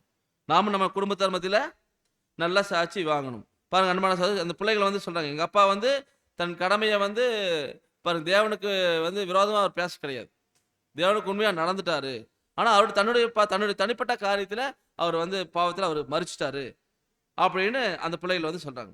இப்படியாக அன்பான சகோதரர்களே, நம்ம வந்து தேவ பிள்ளைகளுக்கு என்ன பாடம்னு சொல்லி பார்க்கும்போது, நம்ம வாழக்கூடிய வாழ்க்கை முறை எல்லாருக்கும் அதாவது ஒரு சாட்சியுள்ள வாழ்க்கை இருக்கணும்னு சொல்லி பார்க்கணும். குடும்பத்தார் மத்தியில் நம்ம வாழ்க்கை சாட்சியாக இருக்கணும், சகோதரர்கள் மத்தியில் நமக்கு வாழ்க்கை சாட்சியாக இருக்கணும். இப்படியாக வந்து நாம் பார்க்குற அன்பான சகோதரர்கள், நம்ம வந்து சாட்சியுள்ள வாழ்க்கை வாழணும். வீட்டில் எப்படியோ அப்படியே சபையில் இருக்கணும். வீட்டில் எப்படியோ சபைக்கு வந்தால் மட்டும் ஸ்தோத்திரம் ஸ்தோத்திரம் சிஸ்டர் அப்படின்னு பக்தி பலமா காட்சி கொடுத்துட்டு வீட்டில் போயிட்டு அப்படியே வேற வேஷம் போடக்கூடாது, 2 வேஷம் போடக்கூடாது. புரிஞ்சுங்களா? அதான் 2 இடத்துலையும் ஒரே மாதிரியா நான் வாழ்கிறோமா, எல்லா இடத்துலையும் ஒரே மாதிரி வாழ்கிறோமா, ரெட்டை வேடம் போடுறோமா அப்படிங்கிறத யோசிக்கணும் அன்பான சகோதரர்களே. அப்போ நம்ம வாழ்க்கை எப்படி உள்ளது அதை நாம் சிந்திக்கணும். எல்லா இடத்துலையும் ஒரு சாட்சியான வாழ்க்கை வாழணும்னு சொல்லி பார்க்குறோம். அப்போ அந்த சாட்சியின் வாழ்க்கை தான் பாருங்க, அந்த பிள்ளைகள் வந்து சொல்றாங்க மோசே கிட்ட, எங்க அப்பா தேவனுக்கு விரோதமா கலக்கம் பண்ண கோராக போல இல்லை, அவங்க கூட்டத்தாரை போல இல்லை அப்படின்னு அவங்க சாட்சி சொல்றாங்க அந்த பிள்ளைகள் வந்து. இப்படியாக அன்பான சகோதரர்களே, நாம எங்க இருந்தாலும் நம்ம வந்து ஒரே மாதிரி தான் நடந்துக்கணும். நம்ம வீட்டில் வந்து இருக்கிறவங்க தான் கேட்கணும் நம்மளை பற்றி, நம்ம சுயரூபம் என்னங்க. இப்படியாக அன்பான சகோதரர்களே, நம்ம பார்க்குறோம் நல்லதொரு குணலட்சணங்களை வெளிப்படுத்தணும்னு பார்க்குறோம். ஆனால் அந்த 5 பெண் பிள்ளைகளும் பாருங்க, ஒரு நல்ல பிள்ளைகளை ஏதோ பிரச்சனையை கொண்டு வந்திருக்காங்க மோசே கிட்ட ஏதோ பிரச்சனையை கொண்டு வந்திருக்கிறாங்க. அதுவும் இந்த பெண்கள் பாருங்க ஒரு நல்லதொரு குடும்ப பெண்களா இருந்திருக்காங்கன்னு சொல்லி பார்க்குறோம். இது நான் பார்க்குறோம், அதாவது குணசாலியான ஸ்திரீ, நீதிமொழிகள் 31ஆம் அதிகாரத்தில் படிக்கும்போது சாலமோன் ராஜா வந்து குணசாலியான ஸ்திரீயை குறித்து பேசுவார். குணசாலியான ஸ்திரீ, அதில் அந்த குணசாலியான ஸ்திரீ என்னென்ன காரியங்கள் செய்யணுங்கிறத அந்த படிச்சு வருவோம். அதான் பார்க்குறோம், நீதிமொழிகள் 31ஆம் அதிகாரத்தில் 29வது வசனம் வாசிக்கலாம். அநேகம் பெண்கள் குணசாலிகளாய் இருந்ததுண்டு, நீயோ அவர்கள் எல்லாருக்கும் மேற்பட்டவள் என்று அவளை புகழுகிறான். பாருங்க, அதாவது தன் கணவன் வந்து தன் மனைவியை வந்து ஒரு கணவன் தன் மனைவியை குறித்து சாட்சி கொடுக்கிறார். அதாவது அநேக பெண்கள் குணசாலியா இருந்ததுண்டு, நீயோ அவர்கள் எல்லாருக்கும் மேற்பட்டவள் என்று புகழுகிறான். அப்ப அன்பான சகோதரர்களே, கணவன் புகழ்கிறார் தன் மனைவியை, நீயோ அது பாருங்க, அநேக பெண்கள் குணசாலியா இருந்ததுண்டு, நீயோ அவர்கள் எல்லாவற்றையும் காட்டிலும் நீங்க வந்து மேற்பட்டவள் அப்படின்னு புகழ்றார். அன்பான சகோதரர், இப்படியாக வந்து நம்ம சாட்சியுள்ள வாழ்க்கையை வாழணுங்கிறத பார்க்குறோம். நமது வெளிச்சம் வந்து எல்லா இடத்துலையும் ஒரே மாதிரி காமிக்கணும்னு சொல்லி பார்க்குறோம். இப்போ இந்த பெண்கள் 5 பேர் வந்திருக்காங்க மோசையிட்ட ஒரு பிரச்சனை கொண்டு. அது என்ன பிரச்சனை? அப்படின்னு பார்க்கும்போது என்னாகமம் 27 4வது வசனம். எங்கள் தகப்பனுக்கு குமாரர் இல்லாததினாலே அவருடைய பேர் அவருடைய வம்சத்தில் இல்லாமல் அற்று போகலாமா? எங்கள் தகப்பனுடைய சகோதரர்களுக்குள்ளே எங்களுக்கு காணியாட்சி கொடுக்க வேண்டும் என்றார்கள். அன்பான சகோதரர், இந்த பிள்ளைகள் வந்து கேட்கக்கூடிய காரியங்களை பார்க்கும்போது என்ன மோசக்கிட்ட பிரச்சனை கொண்டு வந்திருக்காங்க. இப்பதான் பிரச்சனைக்குள்ளே நம்ம போறோம். அந்த 5 குமாரத்திகளும் செலபேத்தின் குமாரத்திலும் பிரச்சனை கொண்டு வந்திருக்காங்க. என்ன பிரச்சனைனா, எங்கள் தகப்பனுக்கு குமாரன் இல்லை, நாங்கள் 5 பேர் பொட்ட பிள்ளைங்க தான், 5 பேர் பெண் பிள்ளைகள், அவருடைய பேர் அவருடைய வம்சத்தில் இல்லாமல் அற்று போகலாமா? எங்கள் தகப்பனுடைய சகோதரர்களுக்குள்ள எங்களுக்கு காணியாட்சி கொடுக்கணும்னு கேட்குறாங்க. எங்கள் தகப்பனுடைய சகோதரருக்குள்ள எங்களுக்கு காணியாட்சி கொடுக்கணும். அப்போ அன்பான சகோதரர், என்ன நீ நம்ம பாடல் இந்த வசனத்தில் புரிஞ்சுக்கிறோன்னா, இந்த செலோப்பியாத்துக்கு ஆண் வாரிசு இல்லை, 5மே பெண் பிள்ளைகள். இப்போ இந்த செலோப்பியாத்துக்கு உரிய பங்கு இருக்குது, அவருக்குரிய லேண்டு வீடு எல்லாம் சொத்து பத்தெல்லாம் இருக்குது. இப்போ இதெல்லாம் வந்து அந்த 5 பெண் பிள்ளைகள் இருக்கிறனால இந்த இஸ்ரேலுடைய வழக்கத்தின் பிரகாரம் அவங்களுடைய சொத்துக்கள் எல்லாம் யாருக்கு போகணும்னா ஆண் வாரிசு தான் ஆண் வாரிசுக்கு போகும். ஆண் வாரிசு இல்லை, ஒருத்தருக்கு ஆண் வாரிசு இல்லைன்னா அந்த சொத்து யாருக்கு போகும்னா அவங்க அண்ணன் தம்பிகளுக்கு போயிடும். யாருக்கு போயிடும்? அவங்களுடைய சித்தப்பா அல்லது பெரியப்பா, அவங்களும் இல்லை அப்படின்னா கூட அவங்க கூட அவங்க அப்பா அந்த சம்பந்தப்பட்ட நபர் கூட பிறந்தவங்க யாரும் இல்லைன்னா அவங்களுடைய அப்பாவோடைய அப்பா, அந்த மாதிரி பங்காளிகள், அந்த மாதிரி ஆட்களுக்கு தான் அந்த சொத்து போய் சேரும், அவங்க பிள்ளைகளுக்கு போகாது. அதனால தான் இந்த பிள்ளைகள் சொன்னாங்க, எங்கள் தகப்பனுக்கு குமார் இல்லாததுனால அவருடைய பேர் அந்த வருஷத்தில் இல்லாமல் அற்று போகலாமா? ஏன்னா அதுக்கப்புறம் ஆண் வாரிசு இல்லை, அவருடைய பேர் அற்று போகிற மாதிரி இருக்குது. அதனால எங்கள் தகப்பனுடைய சகோதரருக்குள்ள எங்களுக்கு காணியாட்சி கொடுக்க வேண்டும், அதாவது எங்கள் அப்பாவுடைய சொத்தை நீங்கள் வந்து எங்களுக்கு கொடுக்கணும் அப்படின்னு கேட்குறாங்க மோசே கிட்ட. அன்பான சாஸ்திரம் நீங்கள் புரிஞ்சுக்கணும், மோசே கிட்ட என்ன பெரிய பிரச்சனை தான் கொண்டு வந்திருக்காங்க. ஏன் இது பெரிய பிரச்சனை சொல்கிறேன்னா, தேவன் நியாயப்பிரமாணத்தை கொடுக்கும்போது 3600 கட்டளைகளை கொடுத்தார், அதில் எல்லா விஷயத்தையும் கொடுத்துட்டார். அதில் ஒரு சில பிரச்சனைகள் வந்து பின்னாட்கள் வந்துச்சு. அந்த வந்த பிரச்சனைகளுக்கு அப்போ முதலே தேவன் சொல்லாதனால அந்த பிரச்சனை நேரம் எங்கே கொண்டு வந்தாங்க? நேரம் மோசையிட்டு கொண்டு வந்தாங்க. மோசை என்ன பண்ணுவார்? ஆமாம், இது குறித்து தேவன் சொல்லலையே, என்ன பண்ணுறது, இருங்க வெயிட் பண்ணுங்க, நான் தேவன் கேட்டு சொல்கிறேன் அப்படின்னு நேராக உள்ளே போய் தேவன்கிட்ட கேட்டு வந்து சொல்லுவார். அப்போ 3600 கட்டளை கொடுத்தாரு, அதில் இந்த கட்டளை கொடுக்கல. அப்போ பின்னாட்டில் இந்த பிரச்சனை வருது, செலோப்பியாத்தினுடைய வாழ்க்கையில் வருது, அந்த பிள்ளைகளோட வாழ்க்கையில் வருது. செலோப்பியாத் இறந்து போயிட்டாரு, பிள்ளைகள் 5 பேர், அவருடைய சொத்துக்கள் எங்கள் அப்பாவோட சொத்தை எங்களுக்கு பிரித்து கொடுங்க அப்படின்னு கேட்குறாங்க. சரிங்களா? அப்போ பிரித்து கொடுத்துட வேண்டியது தானே, அவங்க அப்பா சொத்து தானே அப்படின்னு நாம் நினைக்கலாம். இது என்ன பிரச்சனைனா, இஸ்ரேல் ஜனங்களுக்கு தேவன் வந்து அந்த கானான் தேசத்தை பங்கிட்டு கொடுத்தார் மோசே ஜோசுவா மூலிமா. பங்கிட்டு கொடுக்கும்போது யாருக்கு எந்தெந்த இடம் அப்படிங்கிறது பிரித்து கொடுத்தார். இப்போ யூதா கோத்திரத்துக்கு இந்த எல்லை, அப்புறம் லேவிக்கு அதாவது மனசே கோத்திரத்துக்கு இந்த எல்லை, அப்புறம் சிமியோனுக்கு இந்த எல்லை, நப்தலிக்கு இந்த எல்லை, இப்படி ஒவ்வொரு எல்லையா பிரிச்சுக்கும் போது ஒவ்வொருத்தருக்கும் இத்தனை இடம் இத்தனை லேண்டுன்னு பிரித்து கொடுத்தாச்சு. இப்போ இந்த பிள்ளைகள் 5 பேர், இவங்க எந்த கோத்திரத்தை சேர்ந்தவங்க? மனசே கோத்திரத்தை சேர்ந்தவங்க. இப்போ இவங்க சொத்தை வாங்கிட்டு கல்யாணம் முடிச்சு வேற கோத்திரத்துக்கு போயிட்டாங்கன்னா, இப்போ இவங்க அப்பா சொத்து தான், செலோப்பியா சொத்து தான், அந்த சொத்தை வாங்கிட்டு இவங்க பிள்ளை பேர் எழுதியாச்சு. ஆளுக்கு ஒரு 100 ஏக்கர் எழுதிட்டான்னு வச்சுக்கோங்க. 5 பிள்ளைகளுக்கு 100 ஏக்கரா 500 ஏக்கர் எழுதியாச்சுன்னு வச்சுக்கோங்க உதாரணத்துக்கு.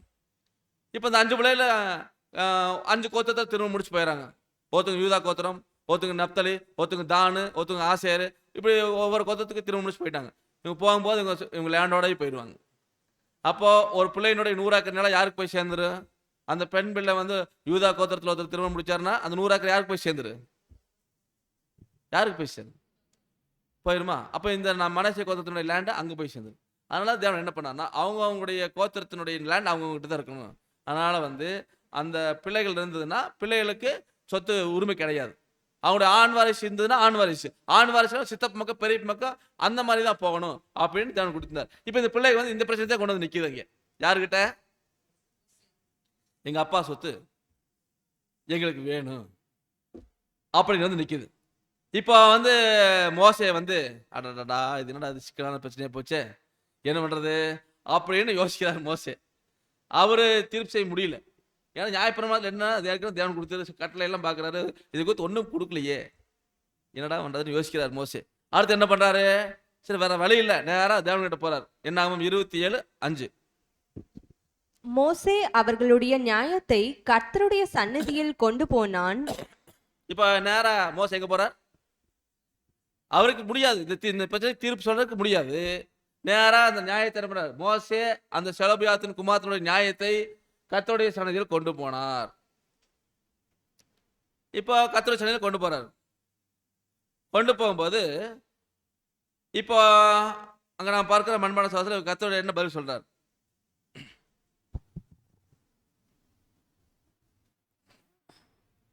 அந்த பைபிள் எடுத்து வாசி, 6வது வசனம். என்னாகும் 27:6.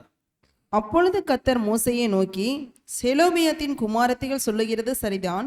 அவர்களுக்கு அவர்கள் தகப்பனுடைய சகோதரருக்குள்ளே சுதந்திரம் கொடுக்க வேண்டும். அவர்கள் தகப்பன் பின் வைத்த சுதந்திரத்தை அவர்களுக்கு கிடைக்கும்படி செய்வாயாக. அவன் தேவன் சொல்லிட்டார், அந்த பிள்ளைகள் சொல்றது கரெக்டு தான். அவங்க அப்பா சுதந்திரத்தை கொடுத்துருட்டார், அவங்க அப்பா சுதந்திரத்தை கொடுத்துரு அப்படின்ட்டார். அப்ப பாருங்க அன்பான சகோதரர், சிக்கலான பிரச்சனைக்கு மோசே தீர்வு சொல்ல முடியாத சூழ்நிலையில தேவனிடம் கொண்டு போயிடுவார். இப்படிதான் நிறைய சம்பவம் நடந்திருக்குது பைபிள்ல. அதாவது நியாயப்பிரமாணத்தில் கொடுக்காத அந்த சட்டத்தில் வராது எல்லாமே அந்த ப்ராக்டிக்கலாக வரும்பொழுது, ரியல் லைஃப்பில் வரும்பொழுது அது நேராக போய் அப்போ அந்த பிரச்சனை வரும், நேராக மோசை எடுத்த வரும். மோசையை வந்து அதை தேவன்கிட்ட கொண்டு வருவார். இது ஒரு சம்பவம். இதில் வந்து தான் என்ன தீர்வுன்னு மோசையை வந்து தேவன்கிட்ட கேட்குறார். தேவன் பதில் சொல்லிட்டார், நீ வந்து சுதந்திரத்தில் பிரித்து கொடுத்துருட்டார். பிரித்து கொடுத்துன்னு சொல்லிட்டாருங்களா? இது மாதிரி வேற சம்பவம் நடந்திருக்குதா அப்படின்னு சொல்லி பார்க்கும்போது பாருங்க, என்னாகும் 33ஆம் அதிகாரம் 1ஆம் வசனம். மோசே ஆரோன் என்பவர்களுடைய கையின் கீழ் தங்கள் தங்கள் சேனைகளின்படியே எகிப்து தேசத்திலிருந்து புறப்பட்ட இஸ்ரவேல் புத்திரருடைய பிரயாணங்களின் விவரம். பாருங்க, பிரயாணங்கள் விவரம் போட்டு அதில் நம்ம அந்த பிரயாணம் வரும்போது அதில் ஒரு சில சம்பவம் நடக்குது. அதில் முதல் காரியம் பாருங்க, முதல் காரியம் என்னாகும் 9ஆம் அதிகாரத்தில் 6வது வசனம்.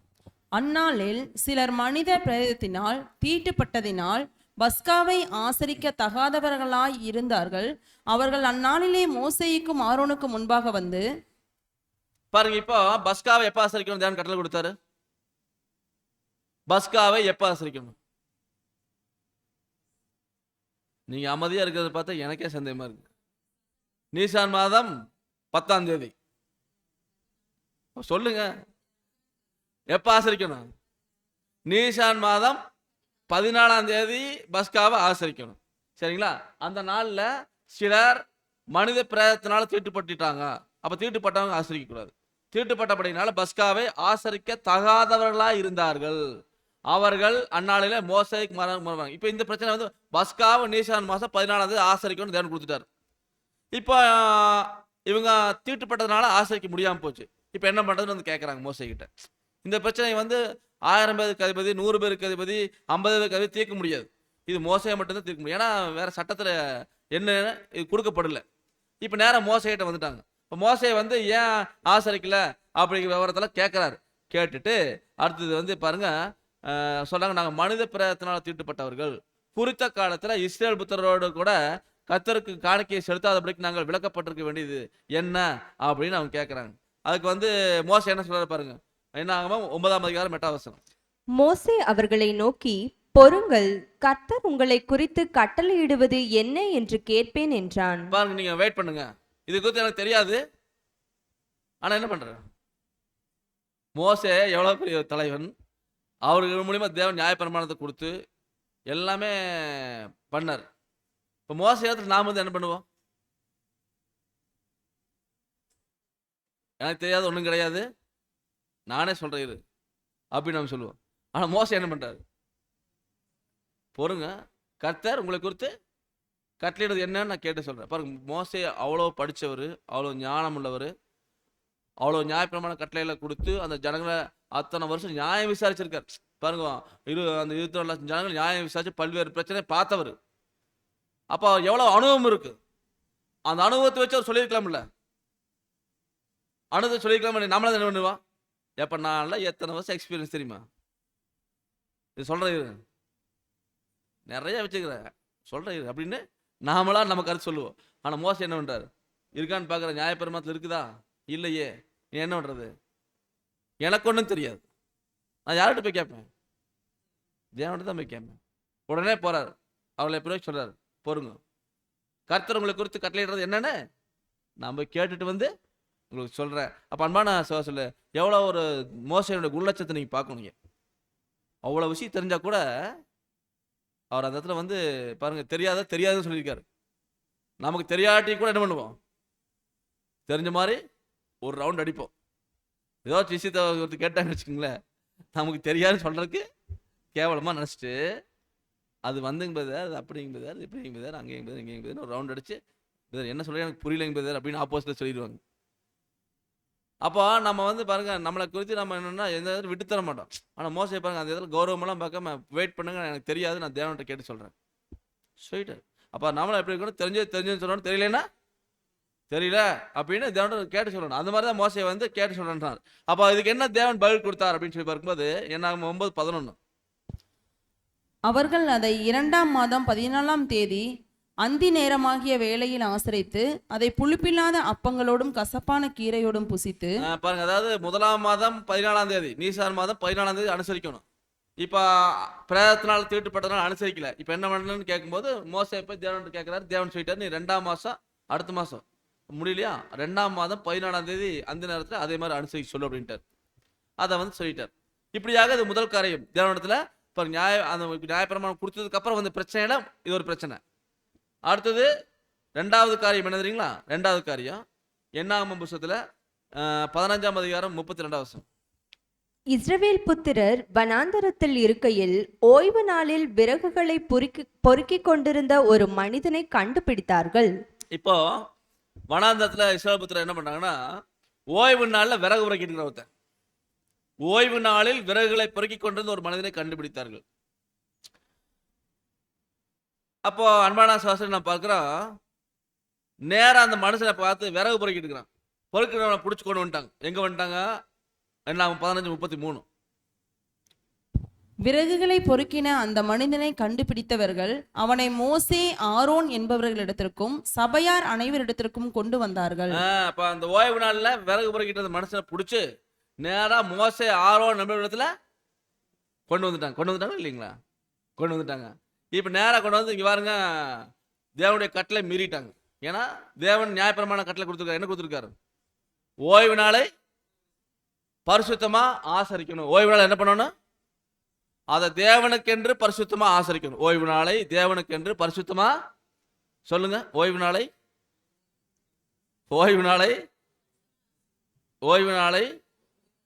தேவனுக்கென்று பரிசுத்தமாய் ஆசரிக்கணும்.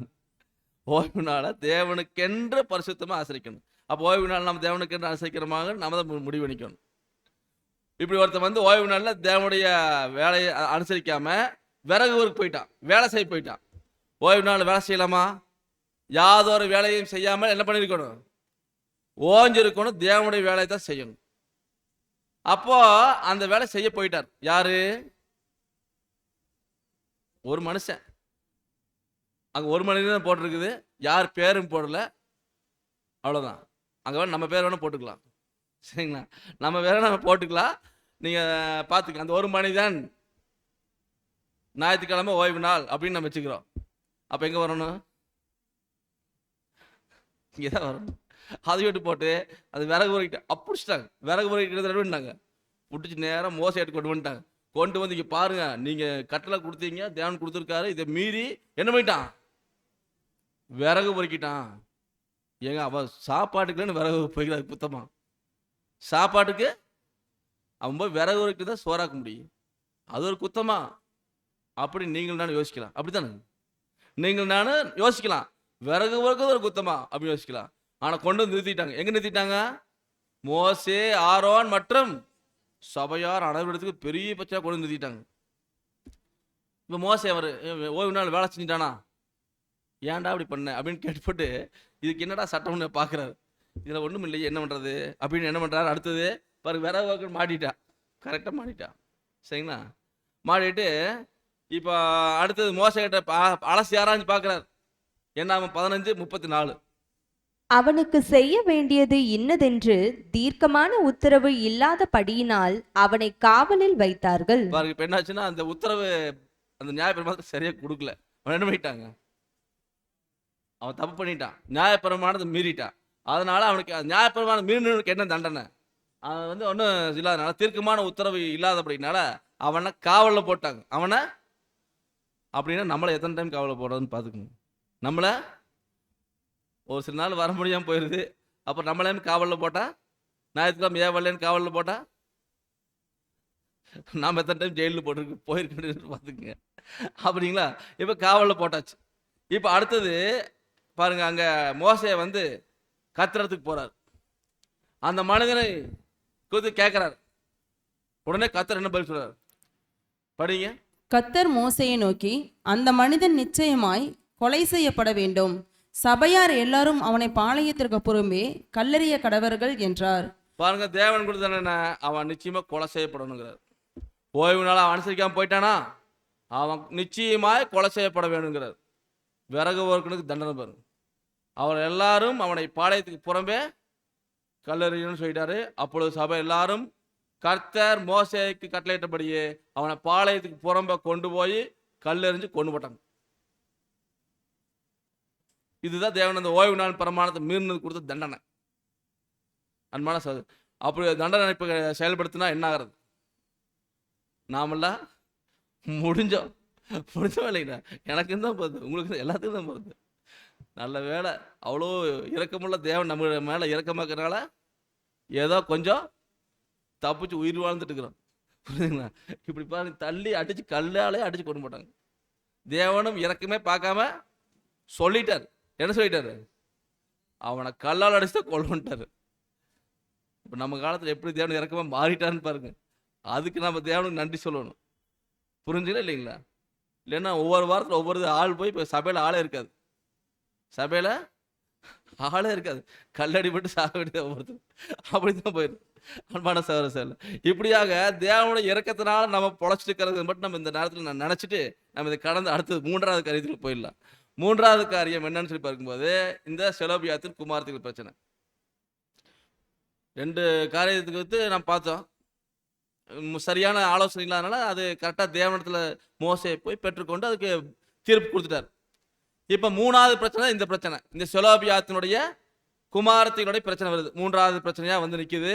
இப்போ அந்த 5 பெண் பிள்ளைகள், மக்லால், நோவால், ஒக்லால், மில்கால், திர்சால், இந்த 5 பேர் வந்து மோசைகிட்டையும் ஆசாரியர் எலியாசாருக்கு முன்பாக, பிறப்புக்கு எல்லாருக்கும் முன்பாக நின்று, எங்கள் பிரச்சனை வந்து இப்படி இருக்குது, எங்கள் அப்பாவுடைய சொத்து எங்களுக்கு வேணும், இதுக்கு என்ன தீர்ப்பு சொல்கிறீங்க அப்படின்னு கேட்குறாங்க. உடனே வந்து அந்த பிள்ளைகளுக்கு தேவன் வந்து என்ன சொல்கிறான்னு கேட்டு சொல்கிறேன் அப்படின்னு மோசையை வந்து அவங்களுக்கு பதில் சொல்லிட்டார். இப்போ மோசே நேரம் தேவன்கிட்ட போகிறார். தேவனே இந்த பிள்ளைங்க வந்து இப்படி கேட்குறாங்க, நான் என்ன சொல்கிறது? அதுக்கு தேவன் சொல்கிறாரு, கர்த்தர் மோசையை நோக்கி, செலோபியாத்தின் குமாரத்திகள் சொல்கிறது சரிதான், அவர்களுக்கு அவர்கள் தகப்பனுடைய சகோதரர்களும் சுதந்திரம் கொடுக்கணும் அப்படின்னு என்ன தெரியுங்களா? அவங்க அப்பா சொத்தை அவங்களுக்கு பிரித்து கொடுத்துரு அப்படின்னு சொல்லிட்டார். அவர்கள் தகப்பன் பின்வைத்த காரியத்தை, சுதந்திரத்தை அவர்களுக்கு கிடைக்கும்படி செய்வாயாக அப்படின்னு அவங்க அப்பா செலோபியாத்தோட சொத்தை கொடுத்துரு அப்படின்னு சொல்லிட்டார். இது நம்ம திருவிழியத்தில் படிக்கும்போது பாருங்க, திருவிழியத்தில் மொழிபெயர்ப்பில் எப்படி இருக்குன்னு நம்ம டிரான்ஸ்லேஷன்ல ஒரு மாதிரி இருக்கு, திருவிழியத்தில் எப்படி இருக்குன்னு பாருங்க. ஆண்டவர் மோசேயிடம் கூறியது, செலோபுகாத்தின் புதல்வியர் கேட்பது சரியே, அவர்கள் தந்தையின் சகோதரிடையே அவர்களுக்கும் உரிமை சொத்தில் பங்கு கொடுத்து அவர்கள் தந்தையின் உரிமை சொத்து அவர்களுக்கு கிடைக்க செய். பாருங்க, அதாவது அவங்க சகோதரர்களுக்கு இடையே அப்படின்னு தெரியுங்களா? இப்போ அந்த மனசே கோத்தத்துக்குரிய லேண்டு அந்த மனசே கோத்தத்துக்கு தான் இருக்கணும். இந்த பிள்ளைகளுக்கு பேப்ப தேவன் கொடுக்க சொல்லிட்டார், பிரித்து அவர் சகோதரிடையே அவங்களுக்குரிய பங்கை உரிமை சொத்தை கொடுத்துரு அப்படின்னு சொல்லிட்டார், கிடைக்கச்சை அப்படின்ட்டார். இப்படியாக வந்து செலோபியாத்தினோட குமாரத்திகளுக்கு அந்த சொத்துகள் வந்துச்சு. இப்போ அவர்களுக்குரிய சொத்துக்கள் அங்கே வந்ததுனால இப்போ என்ன நடக்குதுன்னு சொல்லி பார்க்கும்போது, அவங்க வாங்கிட்டு அவங்க வேலையை பார்க்க போயிட்டாங்க. சரிங்களா? இது வந்து அந்த செலோபியாத்தின் குமாரத்தில் நியாயம் கிடைச்சிச்சு. இதோட பிரச்சனை முடியல. அடுத்தது வேற ரூபத்தில் ஸ்டார்ட் ஆகுது. வேற ரூபத்தில் எப்படி ஸ்டார்ட் ஆகுது அப்படின்னு சொல்லி பார்க்கும்போது என்ன ஆகும்? 36ஆம் அதிகாரம் 1ஆம் வசனம். மோசேயின் குமாரனுடைய வம்சத்தாரில் மனாசேயின் குமாரனாகிய மாகீருக்கு பிறந்த கீலேயாத்தின் வம்ச பிதாக்களாகிய தலைவர் சேர்ந்து மோசேயுக்கும் இஸ்ரேல் புத்திரருடைய பிதாக்களின் தலைவனாகிய பிரபுக்களுக்கு முன்பாக வந்து அவர்களை நோக்கி, பாருங்க. இப்ப என்ன ஆச்சுன்னா, இந்த வசனத்தை நீங்க நல்லா கவனிக்கணும். மோசே கிட்ட வந்து அந்த செலோபியாத்தின் குமார்த்திகள் சொத்தெல்லாம் பிரிச்சு சொல்லி வாங்கிட்டு போயிட்டாங்க. இப்போ அடுத்த சம்பவம் என்ன நடக்குதுன்னா, யோசேப்பின் குமாரனுடைய வம்சத்தாரில் மனாசேயின் குமாரனாகிய அந்த செலோபியாத்தின் குமாரத்தில் யாருடைய வம்சம்? நீங்க சொல்லணும் பதில், அப்புறம் தான் அழைச்சிட்டு போக முடியும். மனாசே வம்சம் தான், மனாசே கோத்திரம் தான். இப்போ இங்க என்ன நடக்குது பாரு, மனாசேயின் குமாரனாகிய மாகீருக்கு பிறந்த கீலேயாத்தின் வம்ச பிதாக்களின் தலைவர்கள்லாம் சேர்ந்து மோசேக்கும் இஸ்ரேல் புத்திரருடைய பிதாக்களின் தலைவர்களாகிய பிரபுக்களுக்கு முன்பாக வந்து அவர்களை நோக்கி, இங்க அடுத்த பஞ்சாயத்து வந்தாச்சு. அடுத்த ஒரு பஞ்சாயத்து வந்தாச்சு. அங்க வந்து அதே அந்த செலோபியாத்தின் குமாரத்தினுடைய அந்த அந்த அந்த வம்சத்தில் பிறந்த அந்த பிதாக்கள் எல்லாம் முக்கியமான தலைவர்கள் எல்லாம் மோசே கிட்ட வந்துட்டாங்க. மோசே கிட்ட வந்துட்டு அடுத்த பிரச்சனை ஸ்டார்ட் பண்றாங்க. என்ன பிரச்சனை? நான் சொன்ன பிரச்சனை தான். என்ன? 36:2 சீட்டு போட்டு தேசத்தை இஸ்ரவேல் புத்திரருக்கு சுதந்திரமாக கொடுக்கும்படி எங்கள் ஆண்டவனுக்கு கர்த்தர் கட்டளையிட்டாரே, அன்றியும் எங்கள் சகோதரனாகிய செலோப்பியாத்தின் சுதந்திரத்தை அவன் குமாரத்திகளுக்கு கொடுக்க வேண்டும் என்றும் எங்கள் ஆண்டவனுக்கு கர்த்தராலே கட்டளையிடப்பட்டதே. பாருங்க, அதாவது இங்க நேரா பிரச்சனை கொண்டு வந்துட்டாங்க. சீட்டு போட்டு தேசத்தை நல்லா கவனிக்கணும். நீங்க இஸ்ரேல் தேசத்தை இஸ்ரேல் புத்திரருக்கு சுதந்திரமாக கொடுக்கும்படி எங்கள் ஆண்டவனுக்கு கர்த்தர் கட்டளையிட்டாரு. அதாவது எப்படி தேசத்தை பிரிக்கணும்? சீட்டு போட்டு தேசத்தை 12 கோத்திரத்துக்கு பிரித்து தரணும். அப்படித்தான் தேவன் வந்து எங்க ஆண்டவனாகி உங்களுக்கு கட்டளையிட்டு இருக்காரு. நீங்க அது தான் பண்ணிக்கிறீங்க. அன்றியும் எங்கள் சகோதரனாகிய செலோப்பியாத்தினுடைய சுதந்திரத்தை அவன் குமாரத்திகளுக்கு கொடுக்க வேண்டும் என்றும் எங்கள் ஆண்டவனுக்கு கர்த்தரால கட்டளையிடப்பட்டுச்சு. இப்போ போன 10 நாளைக்கு முன்னாடியோ 1 மாசத்துக்கு முன்னாடியோ செலோப்பியாத்தின் குமாரத்திகள் வந்து உங்ககிட்ட வந்து பேசினாங்கல்ல, அப்ப தேவன் என்ன சொன்னார்? உங்ககிட்ட அவங்க அப்பா சொத்தை பிரிச்சு கொடுத்துன்னு சொல்லிட்டாரா இல்லையா? ஆமா, சொல்லிட்டாரு. கட்டளையிடப்பட்டது. அதனால இப்படி இருக்க, அடுத்து படிங்க. இப்படி இருக்க இவர்கள் இஸ்ரேல் புத்திரருடைய வேறொரு கோத்திரத்தின் புத்திரருக்கு மனைவிகளானால் அந்த குமார்த்திகளுடைய சுதந்திரம் எங்கள் பிதாக்களுடைய சுதந்திரத்தில் இருந்து நீங்கி அவர்கள் உட்படுகிற கோத்திரத்தின் சுதந்திரத்தோட சேர்ந்து போகும். இப்படி எங்கள் சுதந்திரத்திற்கு சீட்டினால் விழுந்த பங்கில் இராமல் அற்று போகுமே. நம்ம சொன்ன விஷயத்து வந்துச்சுங்களா? அந்த பிள்ளைகளை திருமணம் முடிச்சு கொடுத்தா அவங்க வேற ஒரு கோத்திரத்துக்கு போயிடுவாங்க. அப்படி போகும்போது அவங்க சொத்தும் எப்படி என்ன ஆயிரு போயிடும். அப்படியே எல்லாரும் கல்யாணம் முடிச்சு போயிட்டாங்கன்னா என்ன சொல்றார்? எங்கள் சுதந்திரத்துக்கு சீட்டினால் விழுந்த பங்கு இல்லாம அற்று போயிருமே, எங்க சொத்து பூரா அங்க போயிருமே, வேற கோத்திரத்துக்கு போயிருமே, நாங்க என்ன பண்றது? இவங்க கேட்கறது நியாயமா தப்பா? இவங்க கேட்கறது நியாயமா அநியாயமா? இவங்க நியாயமா தான் கேட்கறாங்க. ஆமா, இப்படியே எல்லா பிள்ளைகளும் கல்யாணம் முடிச்சு சொத்தை வாங்கிட்டு போயிட்டா இப்ப தேவன் வந்து மனாசே கோத்திரத்துக்கு சீட்டு போட்டு கொடுத்த லேண்டே இல்லாம போயிருமே, அப்ப எங்கள் சுதந்திரத்துக்கு சீட்டினால் விழுந்த பங்கில் இல்லாம போயிருமே, அப்படின்னு அற்று போகுமே அப்படின்னு இவங்க வந்து சொல்றாங்க. உடனே வந்து பாருங்க, அங்க உடனே மோசே வந்து அடுத்த 4ஆம் வசனம் பைபிள் பார்த்து வாசிங்க. இஸ்ரவேல் புத்திரருக்கு யூபிலி வருஷம் வந்தாலும் அவர்களுடைய சுதந்திரம் அவர்கள் உட்பட்டு போன கோத்திரத்தின் சுதந்திரத்தோடே சேர்த்து போகும். இப்படி எங்கள் பிதாக்களுடைய கோத்திரத்தின் சுதந்திரத்திலிருந்து அது நீங்கி போகுமே என்றார்கள். அதாவது இஸ்ரேலுக்கு யூபிலி வந்தா நல்லா புரிஞ்சுக்குங்க, 50வது வருஷம் தான் யூபிலி. 50வது வருஷம் யூபிலி வருடம். அந்த யூபிலி வருடத்துல என்ன நடக்கும்? யூபிலி வருடம் 50வது வருடம். அப்போ வந்து என்ன நடக்கும்? அவங்க இழந்து போனதெல்லாம் திரும்ப கிடைக்கும். உதாரணத்துக்கு நான் வந்து ஒருத்தர்கிட்ட கடை வாங்கிக்கிறேன், லேண்டை வச்சு, லேண்டை 10 ஏக்கர் வச்சுக்கோ, எனக்கு கடன் கொடு. இப்போ 50வது வருஷம் வந்துச்சுன்னா நான் கடனை திருப்பி தராம இருந்தாலும் அவன் என்ன பண்ணுவான்னா அவன் லேண்டை எனக்கு திருப்பி கொடுத்துடணும், யூபிலியில் திருப்பி கொடுத்துடணும். இப்போ அதான் கேட்குறாங்க அந்த மனாசேயின் கோத்திரத்து பிதாக்கள்லாம் போய், இப்படி இந்த பிள்ளைகள் வந்து திருமணம் முடிச்சு வேற கோத்திரத்துக்கு போயிட்டாங்கன்னா அவன் சுதந்திரம் போயிரு, யூபிலி வருஷத்தோட கூட திரும்பி வராது. யூபிலி வருஷம் திரும்பி வருமா? கடன் கொடுத்தா தான் யூபிலி வருஷம் திரும்பி வரும். இவங்க சொத்தோட போய்க்கிறாங்க, சொத்து திரும்பி வருமா? அதான் சொல்றாங்க, யூபிலி வருஷம் வந்தாலும் அவனுடைய சுதந்திரம் அவங்க உட்பட்டு போன கோத்திரத்துக்கு தான் போய் சேரு, எங்களுக்கு திரும்பி கிடைக்காது. இதுக்கு என்ன பண்றதுங்க அப்படின்னு கேட்குறாங்க.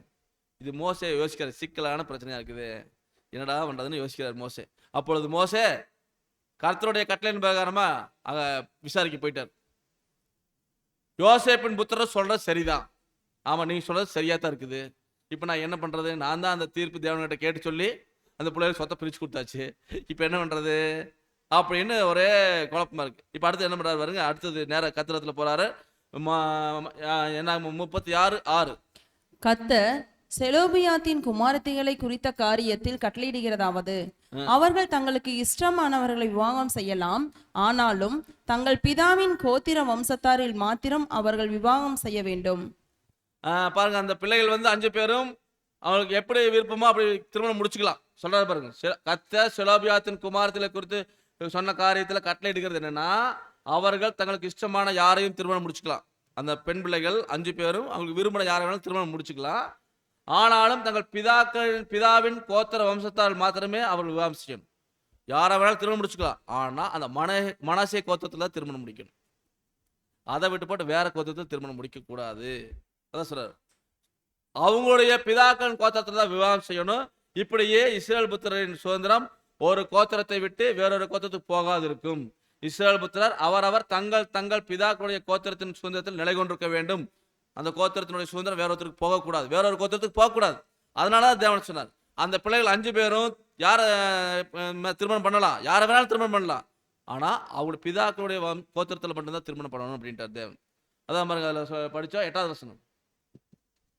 இஸ்ரவேல் புத்திரர் அவரவர் தங்கள் பிதாக்களின் சுதந்திரத்தை அனுபவிக்கும்படி இஸ்ரவேல் புத்திரருடைய ஒரு கோத்திரத்திலே சுதந்திரம் அடைந்திருக்கிற எந்த குமாரத்தையும் தன் பிதாவின் கோத்திர வம்சத்தாரில் ஒருவனுக்கு மனைவியாக வேண்டும். பாருங்க, அந்த ஒரு பெண் பிள்ளை இருந்துச்சுன்னா, ஒருத்தருக்கு ஆண் பிள்ளையே இல்லை, ஒரு பெண் பிள்ளை தான் இருக்குது, அவர் சொத்து அந்த பிள்ளைக்கு போகு. ஆனா அந்த பெண் பிள்ளை வந்து அந்த கோத்திரத்துல தான், அவங்க அப்பா என்ன கோத்திரமோ மனசுல திருமணம் முடிக்கணும், அந்த கோத்திரத்தில் தான் கல்யாணம் முடிக்கணும். அப்படி இல்லை வேற கோத்திரத்தில் முடிக்கணும்னு சொன்னா முடிச்சுக்கலாம், ஆனா சொத்து கிடைக்காது. சொத்தை விட்டு போட்டு இந்த பெண் வேணா போய்க்கலாம். அதெல்லாம் தேவன் சொல்லி பாருங்க, அப்படிதான் தேவன் கொடுத்த கட்டளை. அடுத்து சொல்றாரு பாருங்க 9வது வசனம். சுதந்திரமானது ஒரு கோத்திரத்தை விட்டு வேறொரு கோத்திரத்திற்கு சேரக்கூடாது. இஸ்ரேல் புத்திரருடைய ஒவ்வொரு கோத்திரமும் தன் சுதந்திரத்திலே நிலை கொண்டு இருக்க வேண்டும் என்று கட்டளையிட்டிருக்கிறார் என்றான். தேவன் இப்படிதான் கட்டளை கொடுத்திருக்கார் அப்படின்னு சொல்லிட்டார். தேவனிடத்துல கேட்டு, சுதந்திரமானது ஒரு கோத்திரத்தை விட்டு வேறொரு கோத்திரத்தை சேரக்கூடாது, இஸ்ரேல் புத்திரருடைய ஒவ்வொரு கோத்திரம் தன் சுதந்திரத்தில் நிலை கொண்டிருக்க வேண்டும் என்று கட்டளையிட்டு இருக்கிற விஷயத்தை சொல்லி முடிச்சிட்டார். அங்க தீர்ப்பு சொல்லியாச்சு. அப்படின்னா அந்த பிள்ளைகள் 5 பேரும் வந்து அதாவது இந்த பிள்ளைகள் மாத்திரம் இல்லை, இனிமேல் அந்த அவங்களுடைய கோத்திரத்துல 12 கோத்திரத்துல எப்படி எங்க நடந்தாலும் இதுதான் சட்டம். திருமணம் அந்த கோத்திரத்தில் பண்ணாதான் அப்பா சொத்து அவங்களுக்கு இருக்கு, பிள்ளைகளுக்கு இருக்கு. இல்லைன்னா என்ன இருங்க, வேற கோத்திரத்தில் இருக்கிற இப்போ மனாசே கோத்திரத்தில் அந்த பிள்ளை இருக்கா, அந்த கோத்திரத்தில் இருக்கிற பிள்ளை வந்து யூதா கோத்திரத்திலையோ அல்லது நப்தலிலையோ தான்லையோ திருமணம் முடிச்சுன்னா இந்த புள்ள மாத்திரம் போய்க்கலாம், அந்த கல்யாண மூச்சரோட போய்க்கலாம், ஆனா சொத்து எடுத்துட்டு போக முடியாது. சொத்து யாருக்கு போயிடுச்சுன்னா அடுத்து நெருங்கின உறவு முறை, அந்த அவங்க அப்பாவோட நெருங்கின அண்ணன் தம்பி இருந்தாங்கன்னா அவங்களுக்கு போயிடுச்சு சொத்து. இது தேவன் கொடுத்த கட்டளை, அன்பான சரசல். இப்ப செலோபியாத்தின் குமாரத்தில் என்ன பண்ணிருப்பாங்க? 5 பேர் என்ன பண்ணாங்க? என்ன 36. கர்த்தர் மோசேக்கு கட்டளையிட்டபடியே செலோபியாத்தின் குமாரத்திகள் செய்தார்கள். என்ன பண்ணாங்களாமா? செலோபியாத்தின் குமாரத்தில் 5 பேரும் செஞ்ச காரியம் பாருங்க. கர்த்தர் மோசேக்கு கட்டளையிட்டபடியே செலோபியாத்தின் குமாரத்தில் செஞ்சாங்க. அப்படின்னா தேவன் என்ன கட்டளை கொடுத்தார்? அந்த கோத்திரத்தின் பிள்ளைகள் அந்த கோத்திரத்தில் திருமணம் முடிக்கணும், வேற கோத்திரத்துக்கு போகக்கூடாது சொன்னார். அதே மாதிரிதான் அந்த பிள்ளைகள் வந்து 5 பேரும் ஒற்றுமையோடு இருந்து தேவனுடைய வார்த்தைகளுக்கு கீழ்ப்படைஞ்சு அந்த மனேசே கோத்திரத்துல தான் திருமணம் முடிச்சாங்க. அப்படிதான், அதான் பொருள். அந்த பெண் பிள்ளைகள் 5 பேரும் பாருங்க, கர்த்தர் மோசே கட்டளையிட்டபடியே செலோபியாத்தின் குமாரத்திகள் செய்தார்கள் அப்படின்னு சொல்ல. இப்படியாக வந்து இந்த பெண் பிள்ளைகள் எவ்வளவு ஒரு அருமையான பிள்ளைகளாக பாருங்க. அதுதான் பார்க்குறோம். என்ன 36ஆம் அதிகாரத்தில் 11-12. செலோபியாத்தின் குமார்த்தியாகிய மக்லால், திர்சால், ஒக்லால், மில்கால், நோவால் என்பவர்கள் தங்கள் பிதாவின் சகோதரருடைய புத்திரரை விவாகம் பண்ணினார்கள். அவர்கள் யோசேப்பின் குமாரனாகிய மனேசே புத்திரரின் வம்சத்தாரை விவாகம் பண்ணினபடியால் அவருடைய சுதந்திரம் அவர்கள் பிதாவின் வம்சமான கோத்திரத்தோடு இருந்தது. பாருங்க, அந்த பெண்களுடைய சுதந்திரம் அந்த தேவனுடைய வார்த்தையில கீழ்ப்படிஞ்சு இந்த பிள்ளைகள் வந்து மோசே சொன்ன பிரகாரம் செஞ்சுட்டாங்க. கர்த்தர் மோசேக்கு சொன்ன பிரகாரம், ஆனால் மோசேக்கு யார் சொல்லிக்கிறார்? கர்த்தர். அப்போ மோசே வார்த்தை கர்த்தருடைய வார்த்தை. அப்போ அதை கீழ்ப்படிஞ்சு பாருங்க, அந்த மனாசே கோத்திரத்தில் தான் திருமணம் முடிச்சாங்க. இப்படியாக அவளுடைய சுதந்திரம் வந்து அவள் பிதாக்குடைய வம்சமான கோத்திரத்தோட இருந்துச்சு அப்படின்னு பார்க்கணும். இப்படியாக இந்த ஒரு பாடத்தில் நம்ம கற்றுக்கொண்டா ஒரு அருமையான பாடத்தை நம்ம கற்றுக்கணும். இதோட முடிச்சிடலாங்களா? டைம் ஆச்சா? இதில் நமக்கு என்ன பாடம்? இப்போதான் பாடத்துக்கே வர்றோம். இப்போதான் நம்ம வந்து பாடத்துக்குள்ள என்றார். என்ன பேர் இப்போதான் பாடத்துக்குள்ள என்றார்? மனசு விட்டுறாதீங்க, முடிச்சிடலாம் சீக்கிரம், சரிங்களா? அப்போ இதில் நமக்கு என்ன பாடம் அப்படின்னா, அன்பான சகோதரர்கள் என்ன பார்க்குறோம், இதில் அந்த 5 பெண்கள் இடத்துல இருந்த ஒற்றுமை. 5 பேர் மாதிரி ஒரே ஒன்னஸ். தேவனுடைய வார்த்தை இப்படி இருக்கு. 5 பேரும் பாருங்க. ஆனால் ஒருத்தர் ஒரு 2 பேர்னா பரவாயில்ல. இது 5 பேர், 5 பிள்ளை ஒரே மாதிரி சிந்திக்குது பாருங்க. 5 பிள்ளைகளும் ஒரே மாதிரி சிந்திக்குது. அப்போ அந்த இடத்துல பாருங்க, தேவ பயம் அவட்டு இருக்குது பாருங்க. ஒற்றுமை இருக்குது. அவங்களுக்கு முதல்ல ஒற்றுமை இருக்குது. 2வது தைரியம். அந்த பிள்ளையோட தைரியம் பாருங்க. மோசே கிட்ட போய் எங்கள் அப்பாவோடைய சுதந்திரம் எங்களுக்கு கிடைக்கணும்னு போய் கேட்குது. தைரியமாக போய் அந்த கேட்குது. அப்புறம் வைராக்கியம், அந்த பிள்ளைகளுக்கு இருக்கிற வைராக்கியம். அதாவது எங்கள் அப்பாவுடைய சுதந்திரம் எங்களுக்கு வரணும். அதனால தேவன் என்ன சொல்றார்? அதாவது வேற கோத்திரத்தின் ஆண்களை திருமணம் முடிக்கக்கூடாதுன்னு சொல்லியிருக்காரு. அதுக்கு வந்து வைராக்கியம் இருக்கிறாங்க, கீழ்ப்படுகிறாங்க. அப்போ அந்த பிள்ளைகளுடைய குணலட்சணம் பாருங்க. ஒற்றுமை அவங்ககிட்ட இருக்குது, தைரியம் இருக்கு, வைராக்கியம் இருக்கு. 5 பேர்த்துக்கு வைராக்கியம். அதனால தான் பாருங்க, வேற எத்தனையோ ஆண்கள் அங்கே இருந்திருக்கலாம், யாரையும் அவங்க திருமணம் முடிக்கல. அவங்களுடைய கோத்திரத்தில், மனாசே கோத்திரத்தில் அங்கதான் திருமணம் முடிச்சிச்சு. அப்போ அந்த வைராக்கியம் அங்கதான் முடிக்கணுங்கிற வைராக்கியம் இருந்தாங்க. அப்போ கீழ்ப்படுதல், தேவனுடைய வார்த்தையில கீழ்ப்படிஞ்சு நடந்திருக்கிறாங்க. இப்படியாக அன்பான சகோதரர்கள் நான் பார்க்கிறோம்.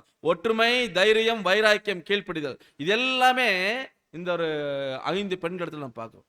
இது ஒவ்வொரு தேவ பிள்ளைகளுக்கும் இருக்க வேண்டிய குணலட்சணம். ஒவ்வொரு தேவ பிள்ளைகளுக்கும் இருக்க வேண்டிய குணலட்சணம். நம்ம வந்து 5 பேர் ஒரே மாதிரி இருக்க முடியுமா? இருந்திருக்கிறாங்க. ஒரே மாதிரி சிந்திக்க முடியுமா? சிந்திச்சிருக்கிறாங்க. விட்டு கொடுத்துருக்குறாங்க, தாழ்ந்து போயிருப்பாங்க. எல்லா வகையிலையும் பாருங்க, அந்த அவங்களுடைய ஒற்றுமை, தைரியம், வைராக்கியம், கீழ்ப்படுதல் எல்லாம் நமக்கு ஒரு பாடமா இருக்கு அன்பான சகோதரர்கள். அப்ப இந்த செலோப்பியாத்தின் குமாரத்தினுடைய வாழ்க்கையில நடந்த சம்பவங்கள் பாருங்க. அவங்க யாருகிட்டையும் போய் இது பண்ணல, நேர தேவனிடத்துல தான் போய் கேட்கணும்னு போய் தேவனை நாடி போறாங்க, தேவனை தேடி போறாங்க. அங்கதான் தீர்வு கிடைக்கும் நம்புறாங்க. அப்ப நாமும் நமது பிரச்சனைகளை எங்க கொண்டு போகணும்? யார்கிட்ட கொண்டு போகணும்? நம்ம பிரச்சனை அங்கதான் கொண்டு போய் சொல்லணும். அதான் வசனம் சொல்லு, கர்த்தர் மேல் உங்கள் பாரத்தை அவர் தான் ஆதரிப்பார்.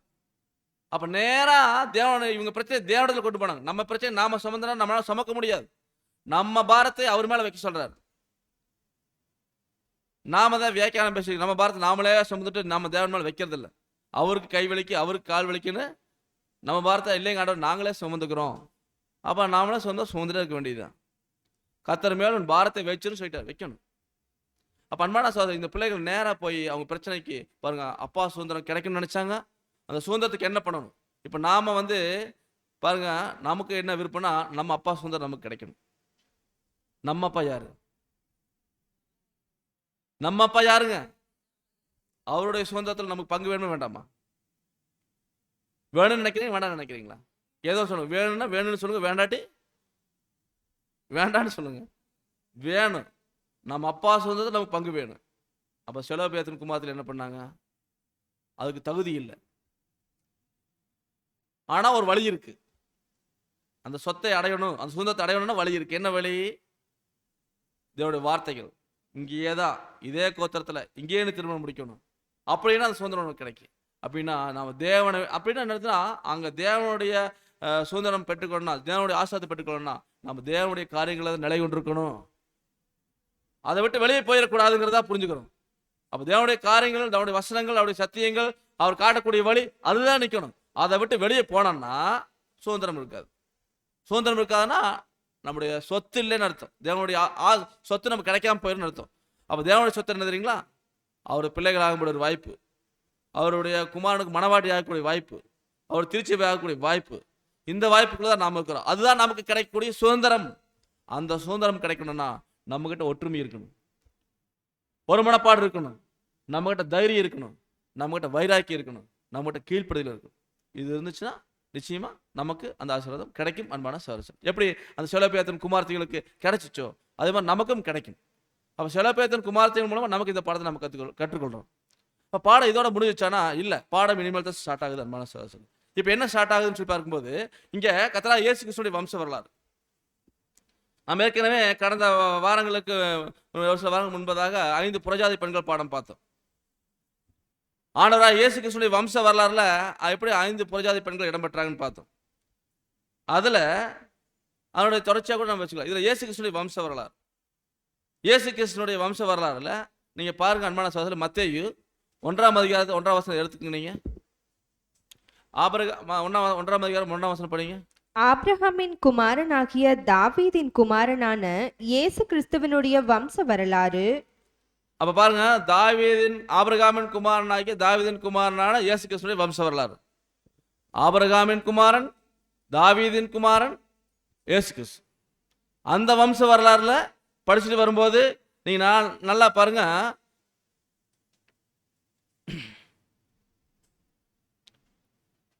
அதுல 16ஆம் வசனம் 16 மத்தேயு 1ஆம் அதிகாரம் 16ஆம் வசனம். யாக்கோப்பு மரியாளுடைய புருஷனாகிய யோசேப்பை பெற்றான். யாக்கோப்பு மரியாளுடைய புருஷனாகிய யோசேப்பை பெற்றான். யோசேப் அவளிடத்துல கிறிஸ்து எனப்படுகிற இயேசு பிறந்தார். இது வந்து இயேசு கிறிஸ்து சொல்றார். மத்தேயு ரெக்கார்ட் பண்றார். இதே லூக்கா ரெக்கார்ட் பண்றாரு பாருங்க. லூக்கா ரெக்கார்ட் பண்ணும்போது அங்க நீங்க பாருங்க,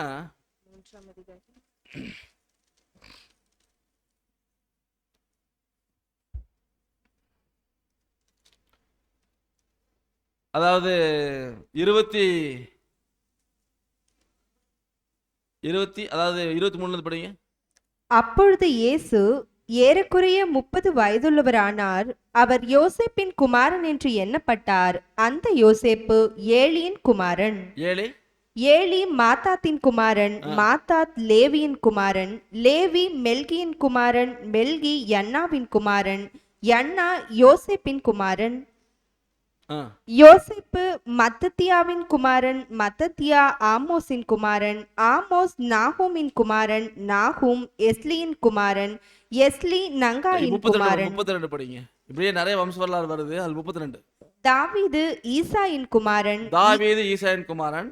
ஈசாய் ஓபேதின் குமாரன். அதுக்கு முன்னாடி 31. எலியாக்கிம் மெலேயாவின் குமாரன். மெலேயா மைனானின் குமாரன். மைனான் மாத்தாத்தாவின் குமாரன். மாத்தாத்தா நாத்தானின் குமாரன். நாத்தான் தாவீதின் குமாரன். அதாவது நாத்தான் தாவீதின் குமாரன். நாத்தான் யாருடைய குமாரன்? லூக்கா ரெக்கார்ட் பண்றாரு பாத்தீங்களா, இயேசு கிறிஸ்து வம்சம் வர்றாரு. அதுல தாவீதின் குமாரன் இங்க யாரு பேர் வருது? லூக்கா எழுதுறாரு, நாத்தான் வருது. இங்க மத்தேயு எழுதுறாரு, என்ன எழுதுறாரு? 6ஆம் வசனம் 7ஆம் வசனம் படிங்க. சாலமோன் ரெகோபெயாமை பெற்றான். அதுக்கு முன்னாடி 6ஆம் வசனம். ஈசாய் தாவீது ராஜாவை பெற்றான். தாவீது ராஜா உரியாவின் மனைவியாய் இருந்தவளிடத்தில் சாலமோனை பெற்றான். இங்க தாவீதோட பையன் யாரு வருது சொல்லுங்க? இங்க தாவீதுடைய பையன் சாலமன் மத்தேயுல வருது. லூக்கால தாவீதோட பையன் அங்க படிங்க 31 கடைசி பாகம். நாத்தான் தாவீதின் குமாரன்.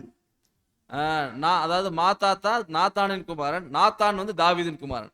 அங்க மத்தேயு தாவீதின் குமாரன் சாலமோன், இங்க தாவீதின் குமாரன் நாத்தான். அப்ப அது வேற இது வேறயா? இயேசு கிறிஸ்துவின் வம்ச வரலாறு பார்க்கும்போது அவர் வந்து பாருங்க, அம்மா வகை அப்பா வகை. அப்பா வந்து யோசேப் வந்து ஒரு அதாவது ஒரு வளர்த்துன தகப்பன் தான், அவருடைய வளர்ப்பு தந்தை தான். ஆண்டவராகிய இயேசு கிறிஸ்து பரிசுத்த ஆவியினால கன்னிமரியாள் வயித்துல உப்பு வைத்து பிறந்தார். அப்ப அப்பா வகையில பார்த்தாலும் பாருங்க, மத்தேயு சொல்றது அப்பா வகை. யோசேப்புடைய வம்ச வரலாறு தாவீதின் குமாரன் தான். யோசேப் வந்து சாலமோனுடைய வழியில் வராரு. இயேசு கிறிஸ்துடைய வளர்ப்பு தந்தை யோசேப்பு வந்து சாலமோன் வகையில் வரார். ஆனா இந்த மரியம்மாளுக்கு பாத்தீங்களா, மரியம்மாளும் தாவீதின் வம்சம் தான். மரியம்மாளும் தாவீதின் வம்சம் தான். மரியம்மாள் தாவீது வம்சத்துல வர்றது பாருங்க. தாவீதினுடைய குமாரன் நாத்தான். நாத்தானுக்கு பிறந்த அந்த வம்சத்துல தான் இந்த மரியம்மாள் வருது. இப்போ என்ன சொல்ல வரோம்னா, மரியம்மாளுக்கு அப்பா இருக்கார் பார்த்தீங்களா? அந்த மரியம்மாளோட அப்பா வந்து பாருங்க, இங்க பார்க்குறோம், யோசேப்பு ஏலியின் குமார். இந்த ஏலியோட புள்ள தான் மரியம்மாள். நல்லா புரிஞ்சுக்குங்க. ஏலியினுடைய குமாரத்தி மரியம்மாள். ஏலிக்கு ஆண் வாரிசு இல்ல. ஏழைக்கு யாரும் இல்லை.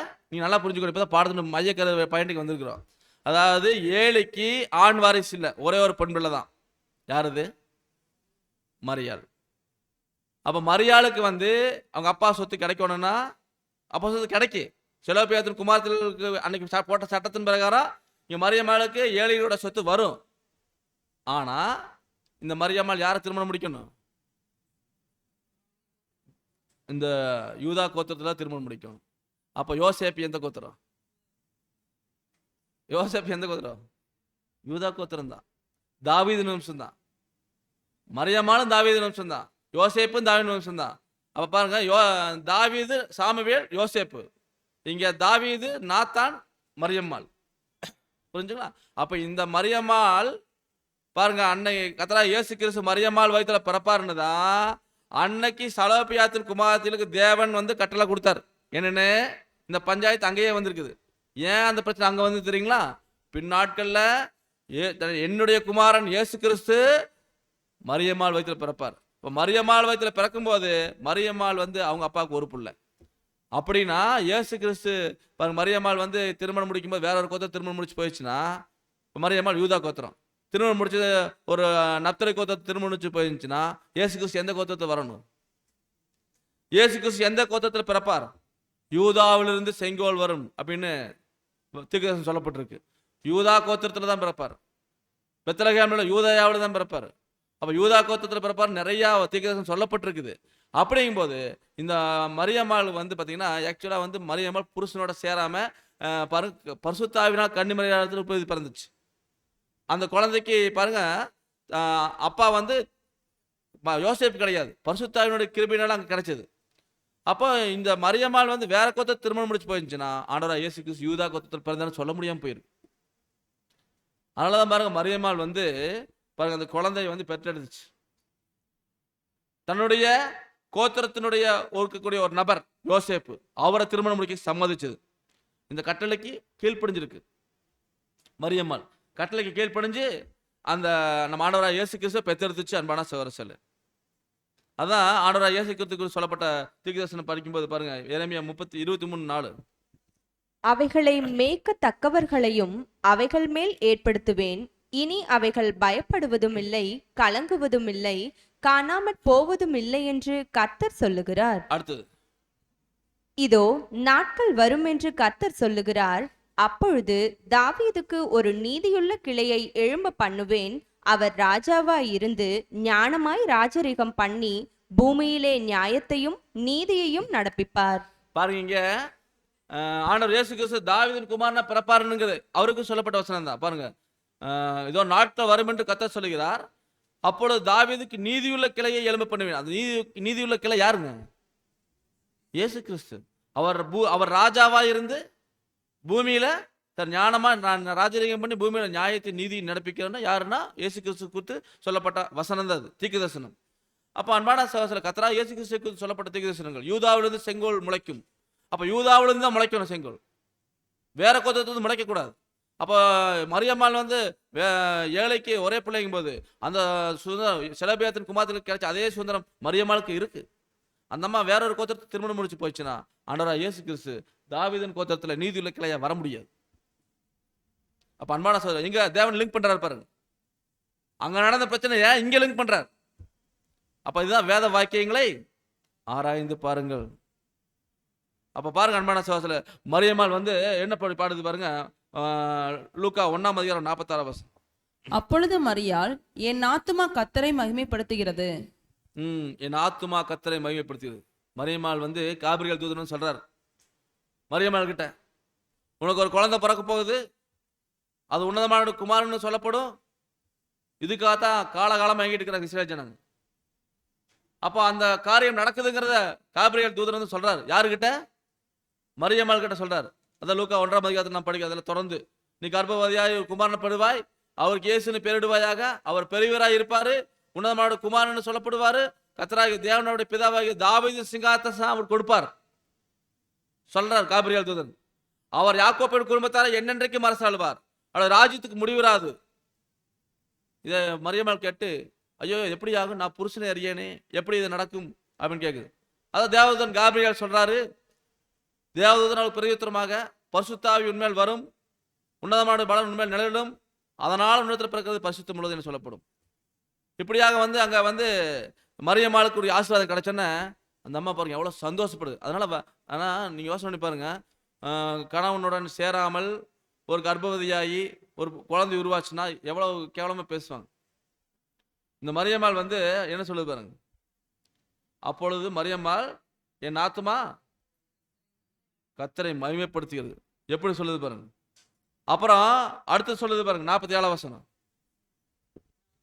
என் ஆவி என் இரட்சகராகிய தேவனில் களி கூறுகிறது.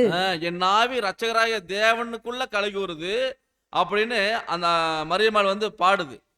அப்போ என் ஆவி வந்து தேவனுக்குள்ள களி கூறுதுங்கிறது, மேரி ரிஜாய்ஸ் பார்க்குறோம், இப்படியாக சந்தோஷப்படுது.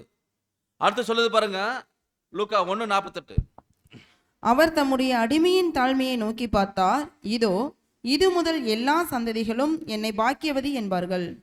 பாருங்க இதை சொல்றாரு, அவர் தம்முடைய அடிமையின் தாழ்மையை நோக்கி பார்த்தார். அந்த பெண்ணை குறித்து சொல்லுது, மரியம்மாள் குறித்து சொல்லுது. அவர் தேவன் வந்து தம்முடைய அடிமை நான் என்னுடைய தாழ்மையை நோக்கி பார்த்தார், இதோ இது முதல் எல்லா சந்ததிகளும் என்ன பாக்கியவதின்னு சொல்லுவாங்க. ஆண்டவராக இயேசு கிறிஸ்து நான் பெற்றிருக்கிறதுனால என்னை எல்லாரும் பாக்கியவதி சொல்லுவாங்க அப்படின்னு சொல்லுது. அப்போ என்ன பாருங்க, இதில் நீங்கள் இன்னும் யோசிச்சு பார்த்தீங்கன்னா, தாவீதுக்கு அப்புறம் சாலமோன் எவ்வளோ கணம், தாவீது பெரிய ராஜா, அவருக்கு அப்புறமா ராஜாவா கூடிய வாய்ப்பு யாருக்கு கிடைச்சது, சாலமோனுக்கு அப்புறம் அவன் பையன் ரெகோபெயாமுக்கு அப்புறம் அவன் பையன் இப்படியே சாலமோன் சந்ததி தான் அங்கே ஃபோக்கஸ் ஆகிட்டு இருக்கு. சாலமோன் சந்ததி தான் பெரிய பெரிய சந்ததி. ஏன்னா சாலமோன் தாவீதுக்கு பிறந்தவர் தான், அதே மாதிரி நாத்தானும் தாவீதுக்கு பிறந்தவர் தான். ரெண்டு பேரும் தாவீதுக்கு பத்சேபாளுக்கு பிறந்தவங்க தான். ரெண்டு பேருமே சாலமோனும் நாத்தானும் ரெண்டு பேருமே தாவீது பத்சேபாளுக்கு பிறந்தவங்க தான். ஆனால் இங்கே சாலமோன் தான் பெருசாக பேசுவேன், ஏன்னா அவருடைய ஆட்சி காலம் தான் பொற்காலம். அவர் பெரிய ராஜா, அவர் பசங்க எல்லாமே பெரிய லெவலில் பார்த்துட்டு வந்துட்டு, அதே நாத்தான் பாருங்க அவர் ராஜாவில்லை, சாதாரணமாக ஒரு இளவரசன். அதுக்கப்புறமா அவங்க சந்ததி எல்லாம் ரொம்ப சிறுமிகள் போயிட்டாங்க. அதனாலதான் மரியம்மாள் சொல்றது, அவர் தம்முடைய அடிமையின் தாழ்மையை நோக்கி பார்த்தார், நாங்க இருந்த கஷ்டத்தை பார்த்தார், நாங்க இருந்த கஷ்டத்தை தேவன் பார்த்தாரு, அதனாலதான் எங்களுக்கு இந்த ஆசீர்வாதத்தை கொடுத்திருக்காரு. இது முதல் எல்லாரும் என்னை வந்து என்ன சொல்ல போறாங்க, மேசியாவே என்னோட வயிற்றுல பிறக்கிறார், என்னை பாக்கியவதின்னு சொல்லுவாங்க அப்படின்னு சந்தோஷப்படுது மரியம்மா. பாருங்க அடுத்து சொல்லுது பாருங்க, அது பாடின பாட்டு தான் லூக்கா 1ஆம் அதிகாரம் 49ஆம் வசனம். வல்லமையுடையவர் மகிமையானவைகளை எனக்கு செய்தார், அவருடைய நாமம் பரிசுத்தமுள்ளது, அவருடைய இரக்கம் அவருக்கு பயந்திருக்கிறவர்களுக்கு தலைமுறை தலைமுறைக்கும் உள்ளது. பாருங்க சொல்றாரு பாருங்க, வல்லமையுள்ளவர் வந்து மகிமையானவைகளை எனக்கு செஞ்சிருக்காரு, மகிமையான விஷயத்தை எனக்கு செஞ்சிருக்கிறாரு, அவருடைய குமாரனை எனக்கு கொடுத்திருக்கிறாரு, அவருடைய இரக்கம் வந்து அவருக்கு பயந்தவர்களுக்கு தலைமுறை தலைமுறையும் உள்ளதுங்கிறாரு. பாருங்க தலைமுறை தலைமுறையா நாங்க அவருக்கு பயந்துருந்தோம், அந்த ஆசீர்வாதம் இது வரைக்கும் கிடைக்கல, இப்ப கிடைச்சிருக்குது. சாலமோனுடைய வம்சம் ரெகோபெயாம் இப்படிதான் போயிட்டு இருந்துச்சு அந்த கணம். ஆனா இப்போ எங்களுடைய தாழ்மையை தேவன் நோக்கி பார்த்தார். அதனால பாருங்க தலைமுறை தலைமுறையா அவர் இரக்கம் வந்து நாங்க அவர் பயந்துருந்தோம், அதனால தேவன் எங்களுக்கு அந்த இரக்கத்தை கொடுத்தாரு அப்படி அந்த மாதிரி பாடுது. தலைமுறை தலைமுறையாக இருக்குது அப்படின்னு பாடுறாரு மனசு பாடுது, அந்த மரியம்மாள் பாடுறாங்க. இப்படியாக அந்த மரியம்மாளுக்கு தேவன் செஞ்ச இரக்கம் ரொம்ப பெருசு. அடுத்து சொல்லுது பாருங்க லூக்கா 1ஆம் அதிகாரம் 52ஆம் வசனம். பலவான்களை ஆசனங்களில் இருந்து தள்ளி தாழ்மையானவர்களை உயர்த்தினார். என்ன சொல்லுதுங்க, பலவான்களை எங்க இருந்து தள்ளுறாருங்களா, என்ன ஆசனம், சிங்காசனம். சாலமோன் பெரிய ராஜா, ரெகோபெயாம் பெரிய ராஜா, யோசபாத்து பெரிய ராஜா, எசேக்கியா ராஜா பெரிய ராஜா, எல்லாமே சாலமோனுடைய சந்ததி தான். ஆனா பலவான்களை ஆசனத்திலிருந்து தள்ளி என்ன பண்றாரு, தாழ்மையானவர்கள் உயர்த்தியிருக்கார். இப்போ நம்ம மனசு நல்லா யோசிச்சு பாருங்க, இந்த ஹிஸ்ட்ரியெல்லாம் தெரியாமையா மரியம்மாள் இந்த பாட்டு பாடுது? நாங்களும் தாவீதின் சந்ததி தான், ஆனால் எங்களுக்கு அந்த கணம் கிடைக்கல. இப்போ கிடைச்சிருக்குது, இப்போ கிடைச்சிருக்குது அப்படின்னு ரொம்ப அதான் பலவான்களை ஆசனத்திலிருந்து தள்ளி தாழ்மையானவர்களை உயர்த்தினாரு அப்படின்னு சொல்லிட்டு அடுத்து சொல்லி பாருங்க. இது எஸ்எம் பசியுள்ளவர்களை அடுத்த வாசி. பசியுள்ளவர்களை நன்மைகளினால் நிரப்பி ஐஸ்வர்யம் உள்ளவர்களை வெறுமையாய் அனுப்பிவிட்டார்.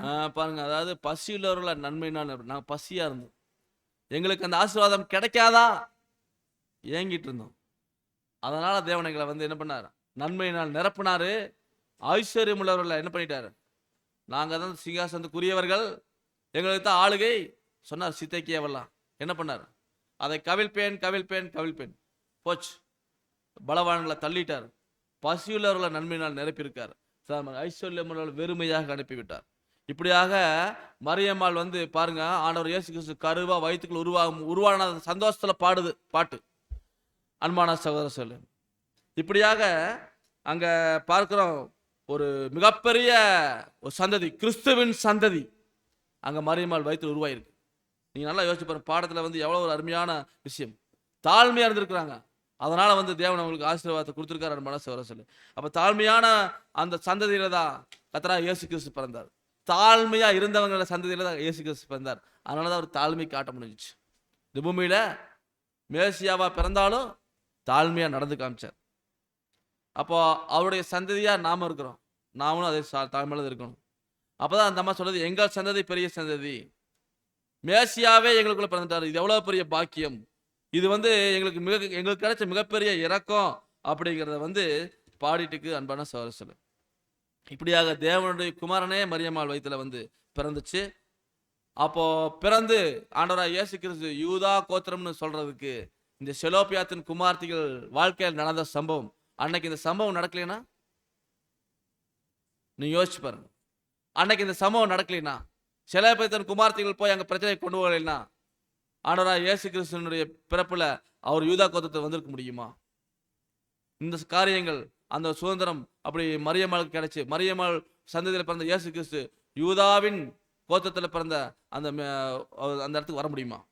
இப்படியாக அன்பான சகோதர சொல்லு, இதனுடைய அந்த ஆசீர்வாதம் பின்னாடி இப்படி வருங்கிறது செலோப்பியாத்தின் குமார்த்திகளுக்கே தெரியாது. ஆனா யாருக்கு தெரிஞ்சிருக்கு? நமக்கு தெரிஞ்சிருக்கு. மரியம்மாள் பாருங்க, புருஷனை சேராம கர்ப்பவதியாகி எப்படி பாடுது, எவ்வளவு சந்தோஷப்பட்டு பாடுது. ஊரார் என்ன வேணாலும் பேசிட்டு போட்டோம், அதை பத்தி எனக்கு கவலை இல்லை. தேவனை துதிச்சதனுடைய அர்த்தம் எப்படி புரிஞ்சுக்கணும் பாருங்க, நமக்கு புரியுது. இப்படியாக அன்பான சகோதர சொல்ல, கர்த்தராகிய இயேசு கிறிஸ்து தாவீதின் குமாரனாக யூதா கோத்திரத்துல அவர் வந்து பிறந்தார். சொல்லப்பட்ட தீர்க்கதரிசனங்கள் எல்லாமே நிறைவேறி முடிஞ்சிச்சுன்னு சொல்லி பார்க்கிறோம். அதுக்கு அன்னைக்கு செலோப்பியாத்தின் குமார்த்திகள் வாழ்க்கையில் நடந்த சட்டம், அந்த போட்ட சட்டம் வந்து பயன்பட்டுச்சு. அன்பான சகோதர சொல்ல, இப்படியாக வந்து கடைசியாக மோசே வந்து இந்த சம்பவம் முடிஞ்சு, அதே என்னாகும் 27ஆம் அதிகாரம் தான் சம்பவம் நடக்குது. அந்த சம்பவம் முடிஞ்சோடனே பாருங்க என்ன சொல்றார், 12ஆம் வசனம். பின்பு கர்த்தர் மோசேயை நோக்கி, நீ இந்த அபாரிம் மலையில் ஏறி நான் இஸ்ரவேல் புத்திரருக்கு கொடுத்த தேசத்தை பார். இந்த இஸ்ரவேல் புத்திரருக்கு கொடுத்த தேசத்தை பாரு அப்படின்னார். பார்த்துக்கோ, இங்கேருந்து கானான் தேசத்தை பார்த்துக்கோ, ஆனா நீ என்ன பண்ண மாட்டேன். என்னாகும் 27:13. நீ அதை பார்த்த பின்பு உன் சகோதரனாகிய ஆரோன் சேர்க்கப்பட்டது போல நீயும் உன் ஜனத்தாரிடத்தில் சேர்க்கப்படுவாய். இப்ப நீயும் ஜனத்தாரிடத்தில் சேர்க்கப்படுவாய் அப்படின்னு நாங்கள் சொல்லிட்டார். இப்ப மோசே அவருடைய வாழ்க்கையில் நாட்கள் முடிஞ்சு அவர் மரிச்சு போயிட்டார். ஆனாலும் அன்பான சகோதரிங்க நான் பார்க்கிறோம், மோசே அவருடைய 120 வயசு வரைக்கும் அவர் வந்து ரொம்ப தாழ்மையை காமிச்சு தேவனுக்கு பிரியமா நடந்தான்னு சொல்லி பார்க்கிறோம். அப்ப நாம வந்து இந்த பாடத்தை நம்ம எதுக்கு கற்றுக்கொண்டோம்? செலோப்பியாத்தின் குமார்த்திகள் மூலமா போட்டப்பட்ட சட்டம் ஆண்டவராகிய இயேசு கிறிஸ்துவின் வாழ்க்கைக்கு அது வந்து பின்னாடி அவர் பிறக்கக்கூடிய அந்த சந்ததிக்கு பொருந்துச்சுன்னு பார்த்தோம். இப்ப நாம யாருன்னு சொல்லி பார்க்கும்போது வசனம் வாசிக்கலாம். கலாத்தியர் 3:29 வசனம். நீங்கள் கிறிஸ்துவனுடையவர்களானால் ஆபிரகாமின் சந்ததியாராயும் வாக்குத்தத்தத்தின்படியே சுதந்திரராயும் இருக்கிறீர்கள். இப்ப நாமும் கிறிஸ்துவின் சந்ததி தான், இயேசு கிறிஸ்துவின் சந்ததி தான், ஆபிரகாமின் சந்ததி தான், தாவீதின் சந்ததி தான். இப்ப நாமளும் வந்து பாருங்க, நீங்கள் கிறிஸ்துனுடையவர்களானால் ஆபிரகாமின் சந்ததியராயும் வாக்குத்தத்தத்தின்படியே சுதந்திரராயும் இருக்கிறீர்கள் அப்படின்னு சொல்லிட்டாரு. இப்ப நாம அந்த சந்ததிகள் வந்தாச்சு. இப்ப நாம பாருங்க, அந்த தாழ்த்தப்பட்ட நிலைமையில தான் இருந்தோம். எப்படி மரியம்மாள் சொல்லிச்சோ அதே மாதிரி நம்ம ஒதுக்கப்பட்டோம், வெறுக்கப்பட்டோம், தூக்கி எறியப்பட்டோம், ஒரு பொருட்டாக எண்ணப்படவில்லை. இப்படிப்பட்ட நிலைமையில இருந்த நம்மளை தேவன் கொண்டு வந்து எங்க வச்சிருக்காருன்னா மரியம்மாளை போல வச்சிருக்காரு. இப்ப மரியம்மாள் எப்படி தேவனை தூச்சுதோ அதே மாதிரி நாமளும் பாருங்க நமக்குள்ள தூக்கும். ஏன்னா அங்க மரியம்மாள் வயிற்றுக்குள்ள கர்த்தராகிய இயேசு கிறிஸ்து உருவாயிருந்தார். இங்க நமக்குள்ள கர்த்தராகிய இயேசு கிறிஸ்து இருக்கிறார். நாமளும் துதிச்சு பாடணும் அன்பான சகோதர சொல்லு. அப்ப நாமும் கிறிஸ்துவின் சந்ததியா இருக்கிறோம். அதான் நம்ம எப்படி இருக்கக்கூடாதுன்னா 1 கொரிந்தியர் 10:12 இப்படி இருக்க தன்னை நிற்கிறவன் என்று எண்ணுகிறவன் விழாதபடிக்கு எச்சரிக்கையாய் இருக்க கடவன். நிக்கிறேன்னு சொல்றாங்க, வந்து விழாதபடி எச்சரிக்கையா இருக்கணும், ரொம்ப ஜாக்கிரதையா இருக்கணும். இந்த ஓட்டம் என்பது சாதாரண நிக்கிறேன்னு நம்ம நினைச்சிடக்கூடாது. விழாதபடி எச்சரிக்கை. எப்ப வேணா விழுகிறதுக்கு சான்ஸ் இருக்கு.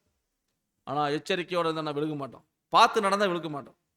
பண்பான சகோதரர், இந்த 3-5 பிள்ளைகள் காரியங்கள்ல அவங்க காட்டின ஒற்றுமை, தைரியம், வைராக்கியம், கீழ்ப்படிதல் நமக்குள்ள இருக்கணும். நம்மளை குறித்து பெருமையை நினைச்சிடக்கூடாது, போராகன் கூட்டத்தார் போல் நினைச்சிடக்கூடாது. அதெல்லாம் நான் பாடத்துல பார்த்தோம். தாழ்மை இருக்கணும், அதான் பார்க்குறோம். தாழ்மை இல்லைன்னா நம்முடைய நிலைமையும் நம்முடைய தகுதியிலும் என்னவாக இருப்பினும் நம்மளால ராஜ்யத்துக்குள்ள பிரவேசிக்க முடியாது என்ற தாழ்மையினுடைய பெரும் அவசியத்தை கர்த்தர் வேத வாக்கியங்கள் எங்கும் அடிக்கடி நம்முடைய கவனத்துக்கு கொண்டு வருகிறார். தாழ்மை மனம் கொண்டவர்களால் மாத்திரமே தாங்கள் பாவிகள் என்றும் தாங்கள் தெய்வீக அன்பிற்கும் அபாத்திரர்கள் என்றும் கிறிஸ்துவுக்குள் நமக்கு அருளப்பட்ட நீதிமானாக்கப்படுதலும் மன்னிப்பும் அவசியம் என்றும் ஒப்புக்கொள்வதற்கு ஆயத்தமாக காணப்படுவார்கள். நாம் வந்து தாழ்மையில் இருந்தால் மட்டும்தான் இதெல்லாம் சாத்தியப்படும். நம்ம வந்து தாழ்மை எண்ணம் கொண்டு இருந்தால் மட்டும்தான் நம்ம பாவின்னு சொல்ல முடியும். நம்ம தெய்வீக தேவனுடைய தயவுக்கும் அவருடைய அன்புக்கும் நம்ம பாத்திரவான் கிடையாதுன்னு நம்ம சொல்ல முடியும். அப்போ நம்மகிட்ட தாழ்மை இருந்துச்சுன்னா ஆட்டோமேட்டிக்காக வார்த்தையில் அது வெளிவரும்னு சொல்லி பார்க்குறோம். மனமான சவரசில் அடுத்து நான் பார்க்குறோம், படிங்க. இது மாத்திரமல்லாமல் இப்படியாக தாழ்மை கொண்டிருந்து கர்த்தரிடத்தில் வந்து அவரால் ஏற்றுக்கொள்ளப்பட்ட பின்னர் ஒருவேளை தாழ்மை இல்லாமல் போய்விட்டால் கிறிஸ்துவுக்குள்ளாய் இருக்கும் நமக்கான கிருபையான தகுதியும் பறிமுதல் செய்யப்படும். பெருமை என்பது சுய திருப்தி கொள்ளுதலையும் என்னையல்லாமல் உங்களால் ஒன்றும் செய்யக்கூடாது என்று கூறின நமது மகிமையான தலை நமக்கு போதுமானவராய் இருக்கின்றார் என்பதை பற்றின புறக்கணித்தலையும் குறிக்கிறதா இருக்கும். நமக்கு எல்லாமே அவருதான். என்ன எல்லாமே நீங்க ஒன்றும் செய்ய முடியாதுன்னு நம்ம ஆண்டவராக இயேசு கிறிஸ்து நம்ம தலை சொல்லியிருக்காரு. அப்போ நம்ம வந்து அந்த தாழ்மை காமிக்கலைன்னா என்ன தெரியுங்களா, ஆண்டவரை புறக்கணிக்கிற மாதிரி. அவர் தான் நமக்கு எல்லாமே. அவருடைய கிருபையான தகுதிகளை நம்ம வந்து தள்ளுற மாதிரி. இதெல்லாம் தான் சொல்றாரு. கிருபைக்கான தகுதியும் பறிமுதல் செய்யப்படும். பெருமை என்பது சுய திருப்தி கொள்ளுதலையும் என்ன இல்லாமல் உங்களால் ஒன்றும் செய்ய முடியாதுன்னு சொன்ன தலையவே நம்ம தள்ளுற மாதிரி நம்ம புரிஞ்சுக்கணும். அப்போ நம்ம அன்பான சகோதரர், பெருமை எந்த நம்மகிட்ட இருக்கக்கூடாது. அதான் சொல்றாரு. அடுத்தது, அந்தோ தேவனை பற்றின கொஞ்சம் அறிவையும் அவருடைய இரட்சிப்பின் திட்டம் பற்றின அறிவையும் உடையவர்கள் அநேகர் தாழ்மை இல்லாததினாலும் தங்களுடைய சொந்த தவறுகளை காண்பதற்கும் அவைகளை ஒத்துக்கொள்வதற்கும் தெய்வீக கிருபை மற்றும் இரக்கத்தை பெற்றுக்கொள்வதற்கும் ஆயத்தம் இல்லாமையினாலும் சரியான பாதையில் தொடர்வதற்கு தடை பண்ணப்படுகின்றன. தாழ்மை இல்லாத ஒரு காரணத்தினாலதான். அதனால வந்து அந்த வாய்ப்பு இல்லாம போகுது. பாருங்க, அந்த சிதேக்கியாவெல்லாம் வந்து சாலமோன் வம்சத்தில் வர்றாரு. ஏன் தேவன் தூக்கி போட்டார்? தாழ்மை இல்லை, தூக்கி போட்டார். அப்போ அதுதான் தாழ்மையோடு இருந்த அந்த நாத்தான் வம்சத்தை தேவன் கண்ணோக்கி பார்த்தார். அதுதான் நம்ம பார்க்குறோம். சரியான பாதையில் தொடரணும்னு சொல்லி பார்க்குறோம். அப்போ அன்பான சகோதரர், நான் பார்க்குறோம், நம்ம விசுவாசம் வச்சிருக்கிறோம். அதான் விசுவாசம் வைத்து தங்களுடைய பழைய பாவங்களிலிருந்து கழுவப்பட்ட பிற்பாடு அநேகர் தாழ்மை இல்லாதனால இருமாப்பிற்கும் பெருமைக்கும் நேராக வழிநடத்தப்பட்டுள்ளாங்க. இவைகள் எப்படியாகிலும் புதிய சிஷ்யாக நமக்கு பாதகத்தை உண்டு பண்ணுகிறது சொல்லிட்டார். இவைகள் நிச்சயமாக தங்களை தாழ்த்தி கொள்வர்களை மாத்திரமே உயர்த்தக்கூடியதா ராஜ்யத்தில் பங்கடைவதற்கான வாய்ப்பினை இலக்க செய்து விடும். அப்போ ராஜ்யத்தில் நான் பங்கடைவதற்கான வாய்ப்பை இலக்க செஞ்சிடும். நம்ம எச்சரிக்கையோடு இருக்கணும். தாழ்மை அவசியம். அதான் நான் சொல்லியிருக்காது, தன்னைத்தான் தாழ்த்திறன் உயர்த்தப்படுவான், பெருமையுள்ளவனுக்கு தேவன் எதிர்த்து நிற்கிறார். இப்படியெல்லாம் நம்ம நிறைய வசனங்கள் மூலியமாக படிக்கிறோம். அப்போ அன்பான சகோதரன், நம்ம உண்மையாக நம்ம வந்து தேவனுக்கு கீழ்ப்படிந்து நடக்கணும்.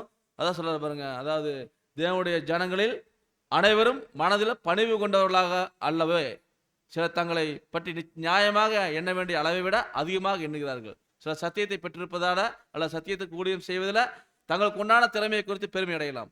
இத்தகைய பெருமை கர்த்தருடைய பார்வையிட மிகவும் விரும்பத்தகாததாக இருக்கும். மேலும் இதனை பெற்றிருப்பவர் மிகவும் குறுகிய மனப்பான்மை கொண்டுள்ளார் என்பதை சுட்டி காட்டுகிறது. நம்ம முதல்வருடைய ரைட்டிங் பார்க்கிறோம். இப்படியாக உண்மையான கீழ்ப்படிதலை எதிர்பார்க்கிறார். முழு அர்ப்பணிப்பு இல்லாமல் ஒருவரும் பிதாவிடத்தில் வர முடியாது. நமக்கு போதகர் தேவை என்றும் அவர் இல்லாமல் நம்மால் ஒன்றும் செய்ய இயலாது என்றும் நாம் ஒப்புக்கொள்ள வேண்டும். ஆகையால் நாம் பின்வரும் நிலைக்கு வர வேண்டும். அதனால் நம்ம முழுமையான அர்ப்பணிப்பு நம்மகிட்ட இருக்கணும். அப்போதான் பிதாவிடத்தில் போக முடியும். நம்ம பாவிங்கிறத நம்ம அறிக்கையிடணும். நாம் ஒன்றுமே இல்லை, அபூரணன் அப்படிங்கிறத நம்ம உணரணும். அப்படி இருக்கும் பொழுது தேவன் எல்லா ஈவைகளையும் அருளுவார் அப்படிங்கிறத நம்ம இதில் பார்க்குறோம். இப்படியாக அன்பான சகோதரர்களே, தேவனுடைய அந்த ஒரு மேலான ஆசீர்வாதத்தை பெற்றுக்கொள்ளணும்னா உண்மையான தாழ்மை இருக்கணும். போலியான தாழ்மை இருக்குது, அந்த போலியான தாழ்மையை நடிக்கிறது, அதெல்லாம் தேவனுக்கு தெரியும். ஆக அன்பான சகோதரர்களே, அது இருக்கக்கூடாதுன்னு சொல்லி பார்க்குறோம். அப்போ நம்ம என்ன பண்ணணும்னு சொல்லி பார்க்கும்போது, தேவன் பேரிலும் நீதியின் பேரிலும் கொழுந்து விட்டு எரிய செய்யும் அன்பும் வைராக்கியம் இருக்கும். அதே சமயத்தில் நம்ம இடத்துல தன்னடக்கம் காணப்பட வேண்டும் சொல்லி பார்க்குறோம். அப்போ இதெல்லாம் நம்ம இடத்துல இருக்கணும்னு பார்க்குறோம். ஏன்னா கிறிஸ்துவனுடைய பின்னடியார்கள் புறாக்களை போல கபடற்றவர்களாயும் சர்பத்தை போல வினாவர்களாக இருக்கும்படியாக புத்திமதி அளிக்கப்பட்டிருக்குன்னு சொல்லி பார்க்குறோம். இப்படியாக நம்ம இருக்கும் பொழுது நம்ம எப்படி என்ன இருக்கக்கூடாதுன்னா, அப்போஸ்தலன் பவுல் சொல்ல வசனம் தான் 1:10-12 இப்படி இருக்க தன்னை நிற்கிறேன் என்று எண்ணுகிறவன் விழாதிருக்க எச்சரிக்கையோடு இருக்கணும் அன்பான சகோதரர்களே. அப்போ விழாம இருக்கணும், அதான் முக்கியம். விழுந்துட்டோம்னா முடிஞ்சிச்சு, எந்திரிக்க முடியாது அன்பான சகோதரர்களே. அதனால தான் பார்க்குறோம், கிறிஸ்துவின் பின்னடையாகிய நாம சுயநலமற்றவர்களாகவும் கவலற்றவர்களாகவும் தெளிந்த புத்தினாவை செயல்படுத்துவர்களாகவும் இருப்போமாக, சிந்தனையில் மறுரூபமாவோமாக அப்படின்னு நம்ம பாடத்தை நம்ம முடிக்கிறோம். இந்த நாளில் சொலோபியாத்தின் குமாரத்தினுடைய சுதந்திரம் அப்படிங்கிற தலைப்பில் நம்ம கற்றுக்கொண்ட விஷயம் என்ன? அந்த பெண்கள் காட்டின நல்ல குணலட்சணங்கள். அது கடைசியில் எங்கே பொருந்ததுன்னா மரியம்மாள் இடத்துல பொருந்தது. இப்போ மரியம்மாள் இடத்துல பொருந்ததுன்னா அதே குணலட்சணம் நம்ம இடத்துல பொருந்தணும். மரியம்மாளுக்கு கர்த்தராகிய இயேசு கிறிஸ்து அங்கே உருவாகி குழந்தைய உருவாகி பிறந்தார். அதே போல் கிறிஸ்துவின் சந்ததியாக நாம் இருக்கணும். அப்போ நாமும் அந்த மாதிரி பாடத்தில் கற்றுக்கொண்ட விஷயங்களை நம்ம வாழ்க்கையில் செயல்படுத்தி தேவன் தரக்கூடிய ஆசீர்வாதத்தை, அந்த சுதந்திரத்தை நாம் பெற்றுக்கொள்ள தேவன் தாமே நமக்கு கிருபை செய்து வழிநடத்துவாராக. பொறுமையோடு கேட்ட தேவன் தாமே ஆசீர்வதித்து வழிநடத்துவாராக. ஆமென்.